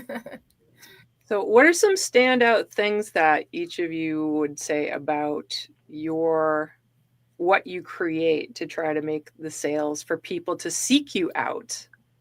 Not even just at Buff and the Brattle, but follow you and find you. And what do you want people to know? Who wants to go first? I don't want to. What would draw the people in? What would you like people to think about when they go in for an experience that you provide? I try to, so like I'm trying to just do what I'd want to see, as selfish as that sounds, because I feel like it's the only way to make like the most authentic project. So it kind of just like depends on my mood that year, that month, what else I'm watching that I'm kind of like inspired by. And then I'm like, what do I want to see? Like, what am I not seeing that I'm missing that I'd love to see on the screen? And then just try to be honest and stay true to that, because I feel like if you have taste, then chances are other people share the taste. But if you're like trying to make something for other people, then it just feels like tropey and cliche. So it's kind of just making decisions that like are selfish to a certain degree, but selfish because it's like you're a fan and like this is what I'd want as a fan.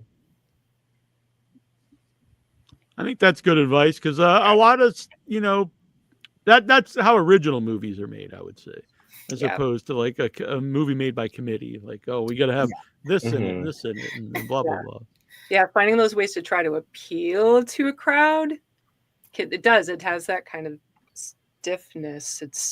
Something doesn't click when people are trying to like, okay, let's just throw piece in together, and hopefully that'll make a sale. And then that's more about having an audience rather than the part of that shared experience again is that this is me and these are the people, and I will draw the people to me that like the same stuff instead of just trying to appeal to a huge audience. Well, if you just think of the movie The Surfer last night, like besides Nicolas Cage, like I don't know, like I don't think that would be a movie people like, oh, you got to put these elements in to draw a crowd, because that movie is friggin' crazy. And so I don't know if anyone like would be just like, oh yeah, this is definitely going to draw an audience. You know, The Surfer. No.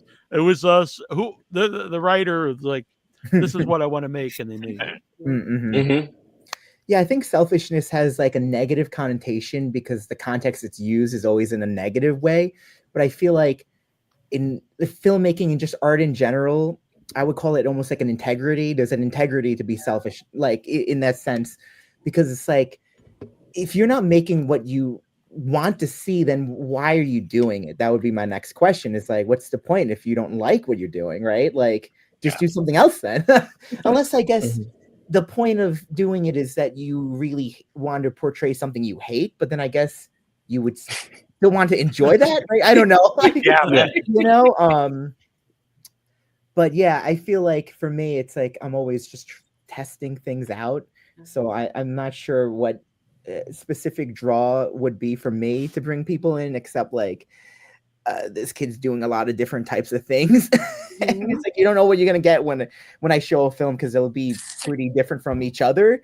Because I'm always like I guess there's an overarching style of like tone in my films, but they're like the content and everything else about it is usually pretty different. I don't know. I guess for me, I've noticed that I've been gravitating a lot towards horror comedy.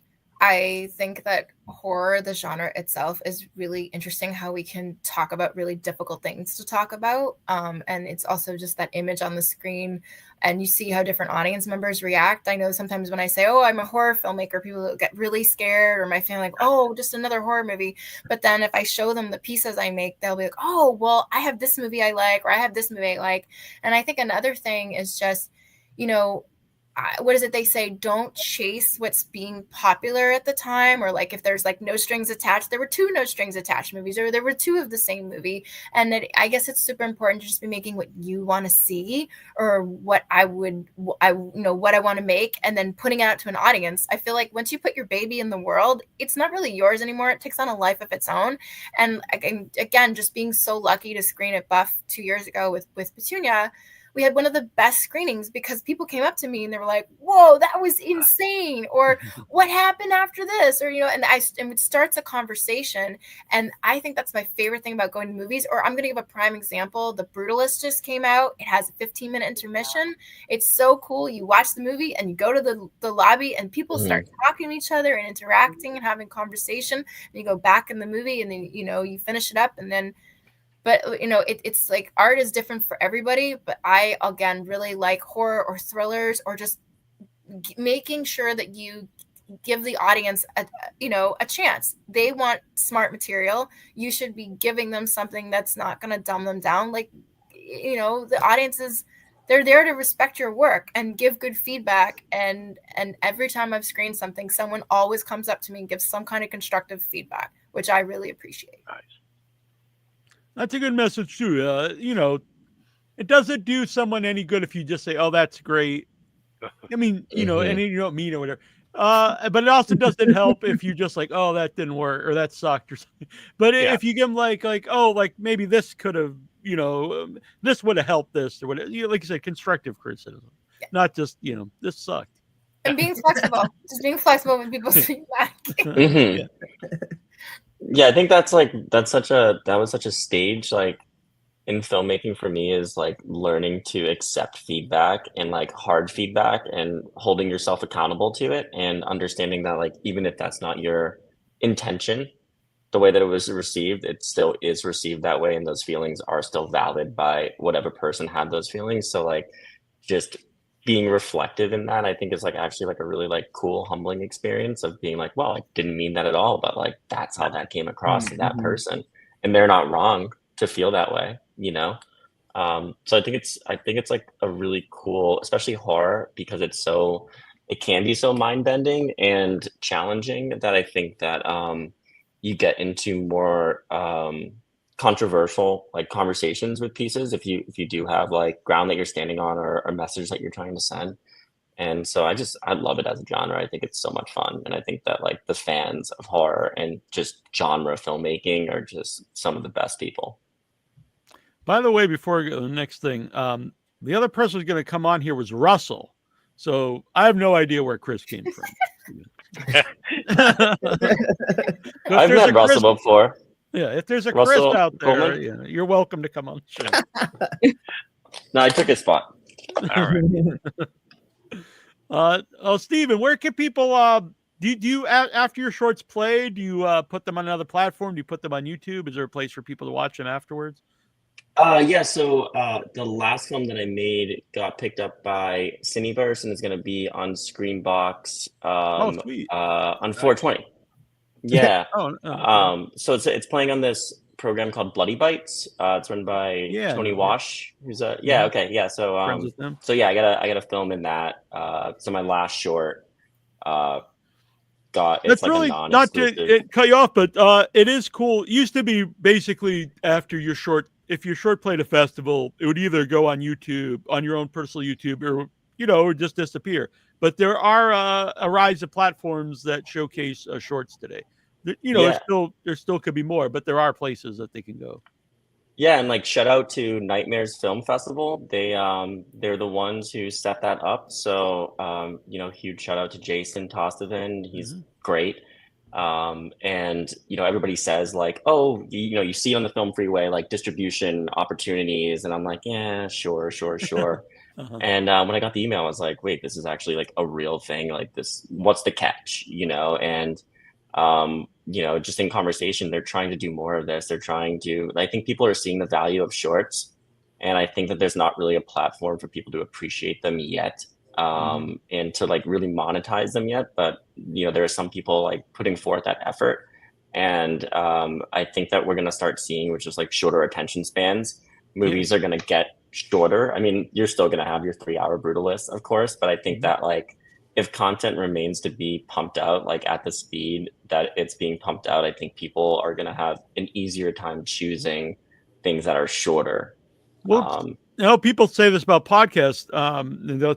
So like for podcasts, like it's like the shorts, but it's also the long form interviews that are 3 hours. They also do really well. So it's not like one or the other. I think it's really, there needs to be both out there, if you want to sit down and watch a movie, but also if you, like you said, if you have like 5 minutes or 10 minutes or whatever, and I want to watch a short film, or if you do have a bunch of time and you want to watch a bunch of short films, one after each other. Because the good thing about that, if you do find one you don't like, there's another one coming. Exactly. You don't have to watch it for 3 hours. And you don't feel like you just wasted your night. Right. Yeah. Mike, what was the YouTube page? Oh, it was gonna be on Cineverse, you said. So so it's not going to be on YouTube yet. No, that's even better. I'd rather point people to that than of course. YouTube. yeah. How about yourself, Mike? Is there a place to watch other shorts? Probably like YouTube or like my website or something like that. I just need to get better at marketing. I actually started a YouTube channel because people have been telling me like, Mike, you should put your stuff on YouTube. And I'm like, I do all, like talking about the selfish thing. It's like, I do all these just basically for myself as like tests or for fun. I don't really promote like that. So the festival circuit, and I mean, I submitted to Buff just because Miriam's been talking about Buff for the 3 years that I've been here at showing at Buff. You know what I mean? But I didn't really do the festival thing until like basically last year, because I was just like have been doing my own, trying to get really good at directing and just cinematography and editing and all that stuff. So I was really focused on that and not so much the marketing. But now I have a YouTube page and stuff like that, and that actually did pretty well on YouTube, which I wasn't like expecting. But people have been saying like, oh, it would probably do well on YouTube because they're so short. And I'm like, okay, cool. Like, let's see. I don't really care, but we'll go for it, right? Like, but yeah, on YouTube it's Tegmental, just Tegmental, TGMENTAL. Miriam. I mean, I'm good and bad. So Petunia had a great festival run. I was really happy with it. We did like the community here in the East Coast. We did one in Texas. We went to LA. We did one in Australia. I didn't travel to all these places, but we just did a really nice time, like hitting places and meeting people and networking. And I don't know if I put it on YouTube or not. My other one I did, Smiles, on YouTube. I did a silly one where we were all locked down during COVID, and I made a 48-hour puppet movie. That's also on my YouTube. I was in delirium, going crazy. And then Followers out. It's not open yet. It's not out yet because this is our world premiere. So we're keeping, we would like to do. I think we just got one more film festival acceptance yesterday, so I'll announce that. Congratulations! Congrats. Thank you. I'm excited. You can follow. I have my Instagram at Mim Olken. It's just at MIMOLKEN. I have a Petunia page. I need to be better about posting. My Facebook as well. And I don't think I'm going on TikTok anytime soon. I'll never get anything done. I can have someone else do it. And eventually, I would like to probably have a website or put more on YouTube. I was trying to. It's hard to find a home for your films. You want your family and friends to be able to see it, but you also want to make sure that you have control of it. So. Yeah. And Miriam and I met on a movie where we're in the film together. It's never been released, but hope I'm kind of giving up that but maybe someday. On my MTV, Neil. It has never come out. What's the name of the movie? What was it about? I can't remember. Bad Art Chops. Oh, dang. You've come far, Neil. I was just saying yesterday. I will say the filmmaker has done a lot of awesome stuff since then that has been released. So we all have our little babies that it happens. Someday it will come out. But if not, it was just a fun memory. It was a fun I met you, so it was a fun time. Yeah. I remember we kept looking at a clock. I can't remember why, but I think maybe it was we used the clock as like what we were supposed to be looking at or something. Yeah, our eye line. Yeah, there we go. We'll always have the clock. We'll always have the clock. So, and where can people follow you? Not at home or anything, but online. Oh, online? The followers. You can. I haven't. I didn't even put that together, but yeah. Good job. It's at MIMOLKEN. That's my Instagram account, and then just Miriam Olken at Facebook, and send me a film request. And I'm also a board member of Women in Film Video New England, so I have a spot there, and I have a Film Freeway also just under my name with more of my writing, directing stuff separate from my AD/PA work. All right, very cool. And Mike, where can people follow you? I got on Instagram. It's at Tegmental, so TEGMENTAL. I like it. And Steve, not Chris.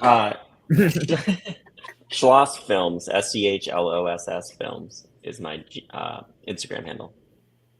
And everyone come out to the Dunwich Horror. Maybe we already sold out. I don't know. But if it's not the low ticket count, Neil, it's close. It's very close. So get your tickets soon or else it will be sold out by the time you get there. So Boston Underground Film Festival, Cambridge. It's a cool area. Not just because everyone's here, but it's our favorite film festival. And thank you all for coming on. And you're welcome back anytime if you want to come. Yeah, thanks for having us. Yeah. See you tomorrow. Yeah. We'll be up from we're coming back up tomorrow, Friday, and we'll be there through Sundays. Awesome. Amazing. Yeah. Cool. All right. See you guys. Great. All right. Have a great night. Thank you so much. You too. Okay. Whoa. Very close in here now. Is that okay? Well, that was nice they were able to make it. Yeah, this is fine. Yeah, that was cool. Thank you. Thank you to all of them. Also, thanks. I'm going to grab her name. She's been Mora. Mora has been terrific. Who's doing the PR this year for Boston Underground Film Festival? Very helpful setting up these interviews tonight. She sent out an e-blast to the people from Dunwich Horror to come on. And so, Russell was going to come on, but he couldn't. But he would like to do something maybe Saturday. So cool, very good, very good. Yeah. So it's great to be able to have a. I'm really happy about this. I know you're really happy about it. Who is the person? Mora. Mora, yeah. Mora. Mora. MAURA. A. Yes. See, But I that's think it's what her it first is. time doing the PR for Buff, and I think she's doing a great job. Keep Mora. Yeah. More is where it's at. Yeah, but it's great to be able to have people on, and hopefully this will be the start of more regular buff coverage. Yes, we'll be Being able doing to some have more a this lot of weekend. people on. Mhm. Yeah. Yeah, it sounds like it'll be a good time. Yeah, it'll be great. I'm excited about it. Yeah, and it looks like we're going to be doing some Anchor Bay stuff. That'll be cool. Yes. Also cool. Yes, indeed. Yeah, it's been a really fun show so far. Yeah. We're not going to stay too late because we will. I need to pack too. I need to throw my clothes into the dryer. I need to pack, and so. But before we go, don't let those clothes sit up in the washing machine. They'll get all. If I was doing them now, I'm literally right next to it, and I thought it would make too much noise. So, and before the show, for people who care about wrestling at all, I interviewed the Mountie, and it was fantastic. I'm a huge fan of the Mountie. I don't really do a lot of wrestling interviews lately, just mostly horror movie stuff. And I did this interview because In Your Head, the wrestling show, is the media partner of New England Fan Fest 10, which is a local New England festival coming up in Seekonk. And for that, I interviewed the Mountie. And I'm a huge fan of Jacques Rougeau. And it was so fun. It went much longer. It's supposed to be 20 minutes. It went almost an hour, but nice. That's awesome. Yeah, he was having a good time, I could tell, and I was having a good time. So that'll play Tuesday. But why was I mentioning that? I remember before we went live, I was talking to Michael about the Mount, and then he was kind of confused. I was like, I also do a horror movie show, because he was like, why did you interview the Mountie for Without Your Head? But it was cool, and I did get some stories from the Mountie of Rowdy Roddy Piper and Annabelle. So. Oh, very nice. Very nice. But before we go, we do want to talk about Monkey? The Monkey. And also, real quick, I'll be bringing this tomorrow. House of 1,000 Corpses, the board game. And this arrived in the mail today. It is from Synapse. It is the Blu-ray of Blue Sunshine, the 77 cult classic. And then so I got this in the mail, and I realized that I am friends with the director, Jeff Lieberman. I contacted him today. I'm friends with him on Facebook, and he will be on the show. I need to know more about this film. April 3rd.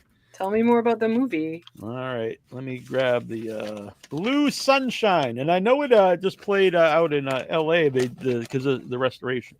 I've never seen it, so I'm excited to watch it. Okay. Falsely accused of some violent killings, Jerry Zipkin uncovers the shocking truth about Blue Sunshine. It starts off as a great party, just 8 people in a secluded lodge. One of the guests suddenly goes on a shockingly violent, murderous rampage. There is something wrong with his hair, and pure evil is in his eyes. Something wrong with his hair? Yeah, that's a very weird combination. Yeah, you get the bad hair day and you go crazy, you know? Yeah. What he does to 3 of the girls, what he does to 3 of the girls there is too hideous to describe. Oh dear. Does it involve his hair? I don't know. I see bald people. Evil hair. Right? The He's man like with choked them to evil death with it. hair. Yeah. He like lays it into their mouth and Falsely accused of the brutal killings, Jerry Zipkin goes on the run. Innocent Jerry. More Zipkin's bizarre. on the run. Yeah, he's run. More bizarre murders occur. And while trying to clear his name, Jerry discovers the shocking truth. The people losing their hair and turning into violent psychopaths may be connected to a drug each killer took a decade before. Is this why I shaved my head? This sounds insane. Yes, it does. A drug known as Blue Sunshine. Makes you lose your hair and kill people. All right. Exactly. Synapse Films is proud to present Jeff Lieberman's 1977 cult classic horror film Blue Sunshine in an ultra 4K restoration presented at Dolby Vision and loaded with hours of supplemental material. The 3-disc set contains one 4K Ultra HD Blu-ray, one Blu-ray, and a CD soundtrack album. This release features hard chipboard slipcase packaging with stunning new artwork by artist Wes Benscoter. It's nice that they include the artist name here. Yes.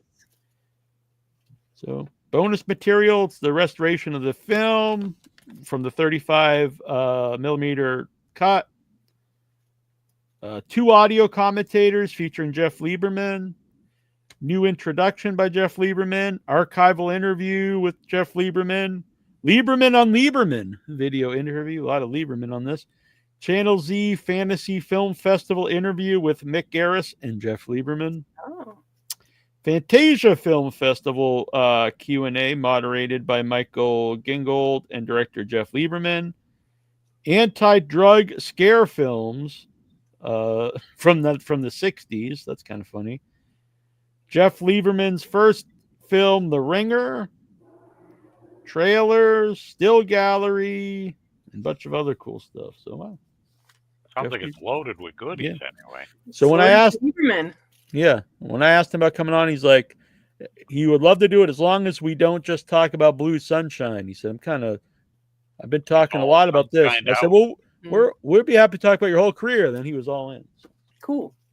He also has a book. He wrote his book that's out. I saw it's on Audible, so I'm going to be listening to that. Mm-hmm. Jeff Lieberman.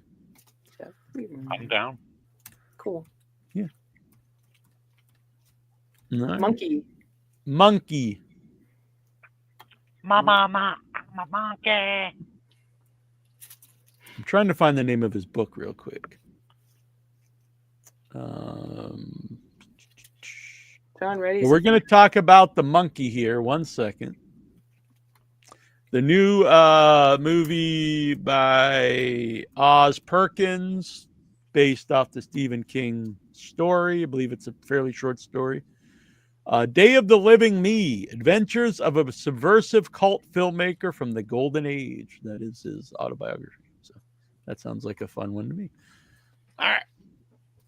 The monkey. I don't think we're going to agree on this, but Troy, I want to speak for Troy. I loved it. I had such a good time. We went to see it. We laughed throughout the movie. It was crazy. I loved it. Pretending to be me in the chat? Someone's pretending to be me in the chat. Hold on a second. Oh, wow. That's we'll weird. kick them out. We don't need folks coming in here pretending to be us. Weird. We are. That is strange. Yeah. I think that should make you feel good, though, that you have a pretender here. I don't know about You made it when you got a doppelganger. You know that. Yeah. I'm so. Well, now y'all know if you see someone acting super weird pretending to be me, it's not me. I know there's fake me throughout the land lately. There's I'm the a little nasty... hurt. I've never had a fake So me. this is like, son of a boy, bitch. you're due. Yeah, there's multiple Neil's ones of good. me. There's the nasty one. There's one called Nasty Meal, but Nasty Meal is actually a fan of Like mine. an Happy He's a Meal. fan. It's a nasty. Yeah, exactly. That's Alright. real weird. I want to get a screenshot so I can remember it forever. Yeah, that's pretty cool. The day that I was there. Yeah, Nasty Meal. I thought maybe they were a hater of mine, but they're a big fan apparently. So. Yeah. But yeah, so I was like, I'm going to I've start been selling talking nasty to meals. Nasty Meal, and he's like, Yeah. "Tell Neil I'm a big fan. You know, I hope I didn't offend him." You even offered to Oh, change probably your not. name if I was upset. Yeah. But I think I'm going to start a food truck that sells Nasty Meals. I like it. Meals. Yeah, the Nasty Meal. Mm-hmm. What comes So- in the little bucket for a nasty meal, like a Happy Meal? Is gonna Yeah, be maybe a we can. toy. It comes in like a barf bag. All right. No, it's what's in it. What's the in toy. Yeah, there's like a Happy Meal has a toy. What comes Oh, with I a see. Nasty Meal. We'll have to think about this. Yeah. Mm-hmm. He just steals your Don't toys. think too hard. So the monkey, Troy and I had a great time. Yeah. What else did you want to say Tell me about it? more. Tell me more about the good time. The kills were very fun, very over the top. Yeah, it was just insane. It A lot was of just exploding crazy. people. Yeah. I like that all the characters were very much characters. Even minor people were, very peculiar characters, Yeah, everybody was pretty odd. Including Oz himself. He was the uncle with the sideburns. Mm-hmm. I like the twin brothers. I thought the guy did a good job playing the brothers and making them different. Thought he did a good job there. I dug all the effects. Like it was just so over the top funny. Like we just laughed so hard during. Yeah. I really it was a blast watching it in the theater. It was just very fun. It was just a very fun movie. Yep. It was way better than I had expected. Even right up to the end where the whole town is going just berserk and planes are crashing, and the last thing you see with the group of cheerleaders waving out the window and they all get decapitated. Yeah. And then you actually see spoiler here and stuff, but there is death on the white horse. I like the guy pretends to be a cop. He looks like he's one of the Ramones or something. Yeah, that was pretty classic too. Hey, I'm starting to think maybe you're not really a cop. Not a real. That's a great line in the movie. I think AI wrote that movie. No. Yes. AI wrote that film. No. Yeah. I think so. AI? Yeah. It felt very artificial to me. Well, I was not in. CG I didn't. Huh? I mean, it's a lot of CG for the kills. Not the writing, not the CG. The writing itself, the script itself, the jokes, the characters. So I don't know if I missed out on the joke, because I missed out on the joke. Is the whole thing just supposed to be a joke? Yeah, it's a all comedy. of it, A to Z. Oh yeah, it's very much a comedy. Yeah, it's completely like off the wall. It had like that Python kind of vibe to it.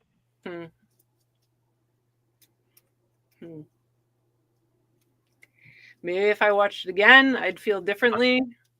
I did not enjoy it. And as I was watching, I'm like, I would normally love a lot of these things, like exploding people and stuff. I'm like, this just feels very like AI wrote it. It felt not real. To me, you can make all the faces you want, Neil. Well, I just don't get it. That's fine. Opinion. That's fine. I just don't get it. So you don't have to get it. It's my opinion. Yeah.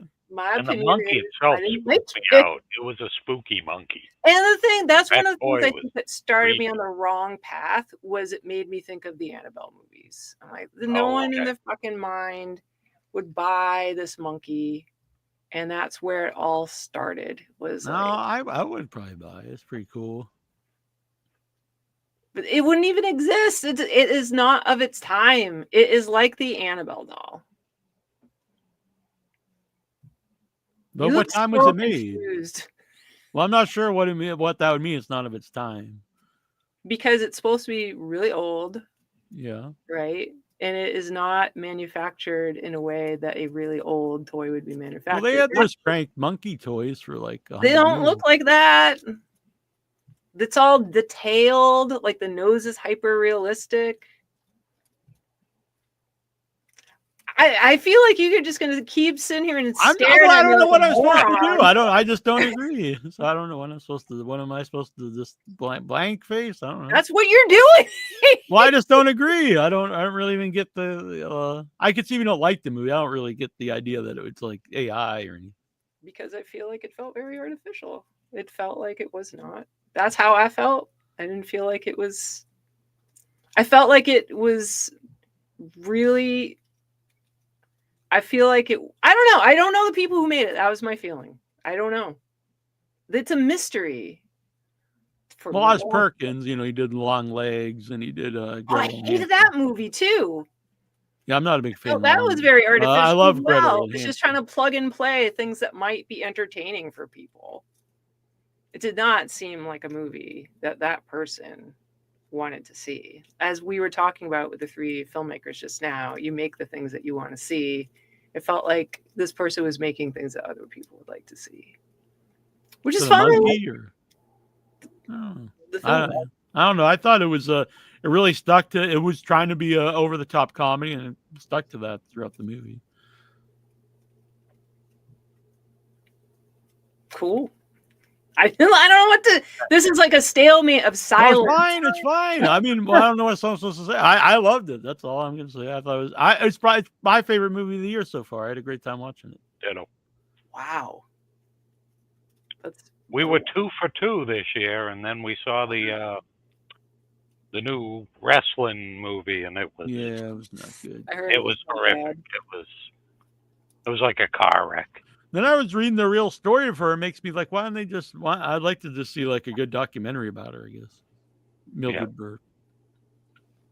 Yeah, when you have a real person and you could make like the actual story of her, and then you have to just make this insane movie, it just what a disappointment. Yeah, it's a waste of an opportunity to have, because you don't have to go off the rails about a story that's a good story to begin with. It's just a good story. Yep, she was like the first like big wrestling woman, and brought about that whole revolution, and then you just had to make this just crappy movie. And it's not. I can't imagine it would be a big budget movie either. No, it looked like what it looked like. It looked like a made-for-TV movie. I don't even think it. I think it felt like not even like that. It felt like if you're watching like a docu-series and they have like the recreation scenes in between it, like, you know, they're talking about like a real thing, and then like, you know, it's like someone like, oh, you know, pretend to be Abe Lincoln or whatever. Yeah, you're right. You're right. It did have that vibe to it. Yeah. So don't go see The Queen of the Ring. That's all I can say. No, I was very disappointed. I know people were telling me that it was better than the Von Erich movie, which I was not a fan of the Von Erich movie, but the Von Erich movie is way better. Yeah, it's 1,000 times better than this one. Like the dialogue was just so rotten, and all the delivery, and it had good actors in it. Some of the people were good, like Walter Goggins, but he's not good in it at all. But I think it's just the direction. Yeah, I think like the part's just written so poorly. That's the real woman, Mildred Burke. Started wrestling in the 30s, so it's way before any steroids or anything. First $1 million woman right there. First $1 million female athlete. If there's any wrestling fans out there, I know that Neil probably knows pretty much all there is to know. Honestly, it's not my mother's aunt was in like the beginning of the wrestling time. She was a female wrestler who was like on a tag team with her husband, and she didn't have a thumb. Aunt Lottie. I don't know. There seems to be no information out there, but I know it's not a fake story. She's not it's not a family of people with a good set of stories. It's just not. Yeah. So if anyone out there knows anything about Lottie, the tag team with her husband with no thumb, she might even know how to finger, but I know the no thumb. Anyone out there? We got a lot of wrestling fans out there. Yeah, they'll dig up something. Dig it up. That's one for Jim Cornette right there.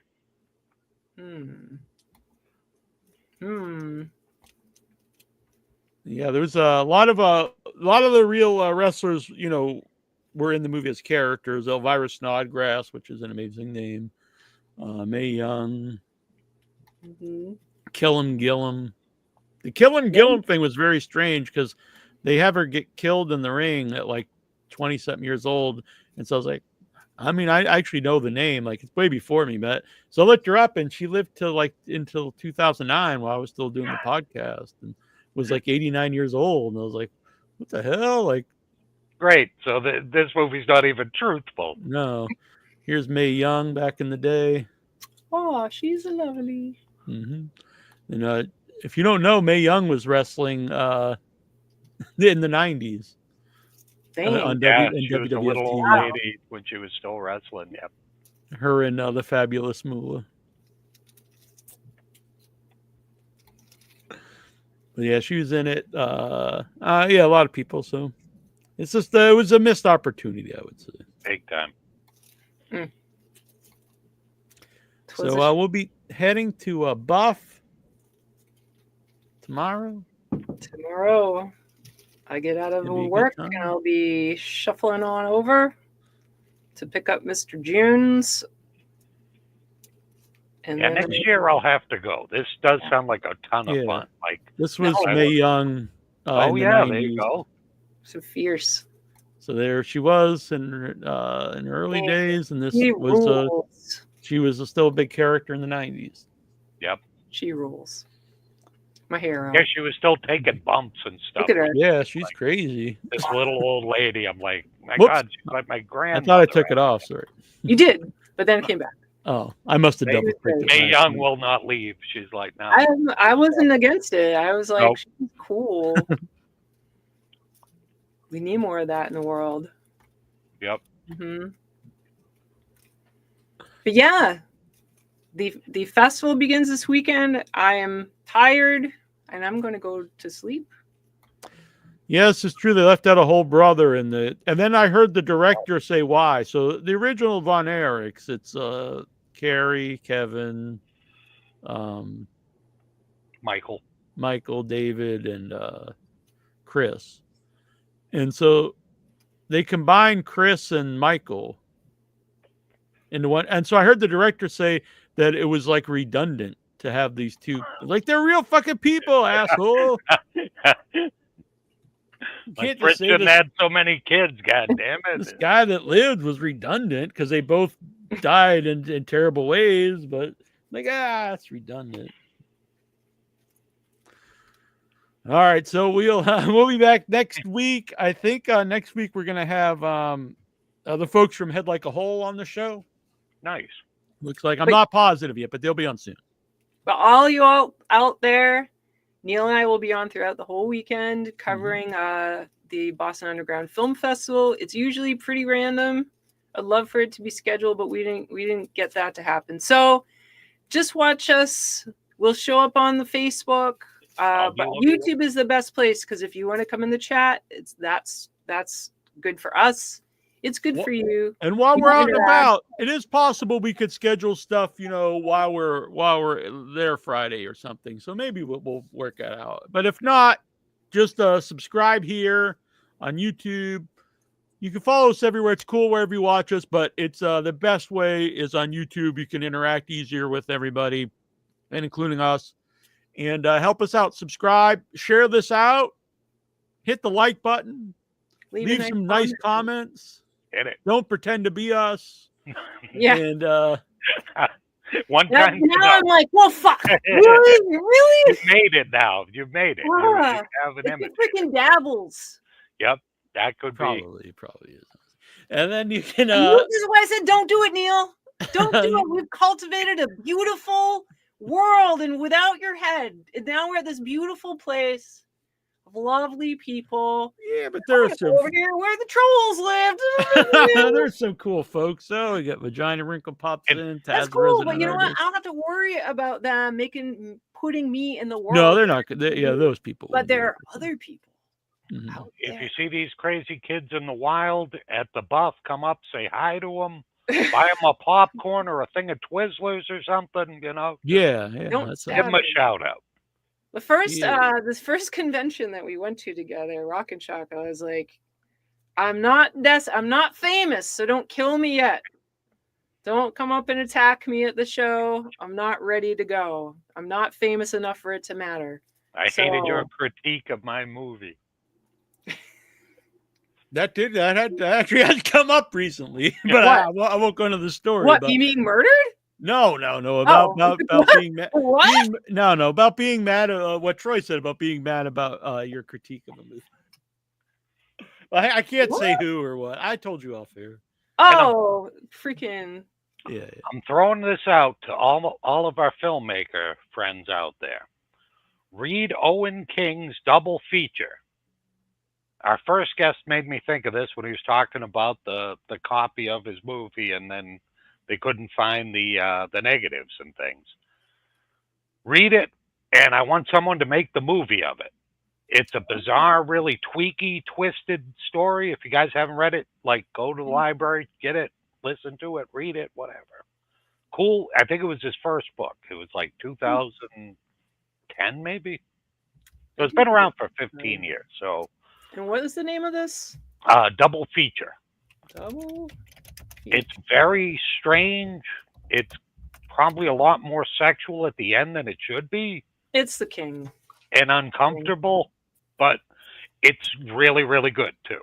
Well, my friend Andrew's in Arbor Day. He had read it recently, and then he was like, "I really liked it up until," and I knew exactly where he was going, and then I was like, "Yeah," I was like, but my take on King whenever he's writing any sexual stuff, I don't know about Owen King, but Stephen King, if it's like if it's just a couple having nice sex. It's like a sentence. It's like glossed over. It's one sentence. It's like, yeah, they made out or they had sex, whatever.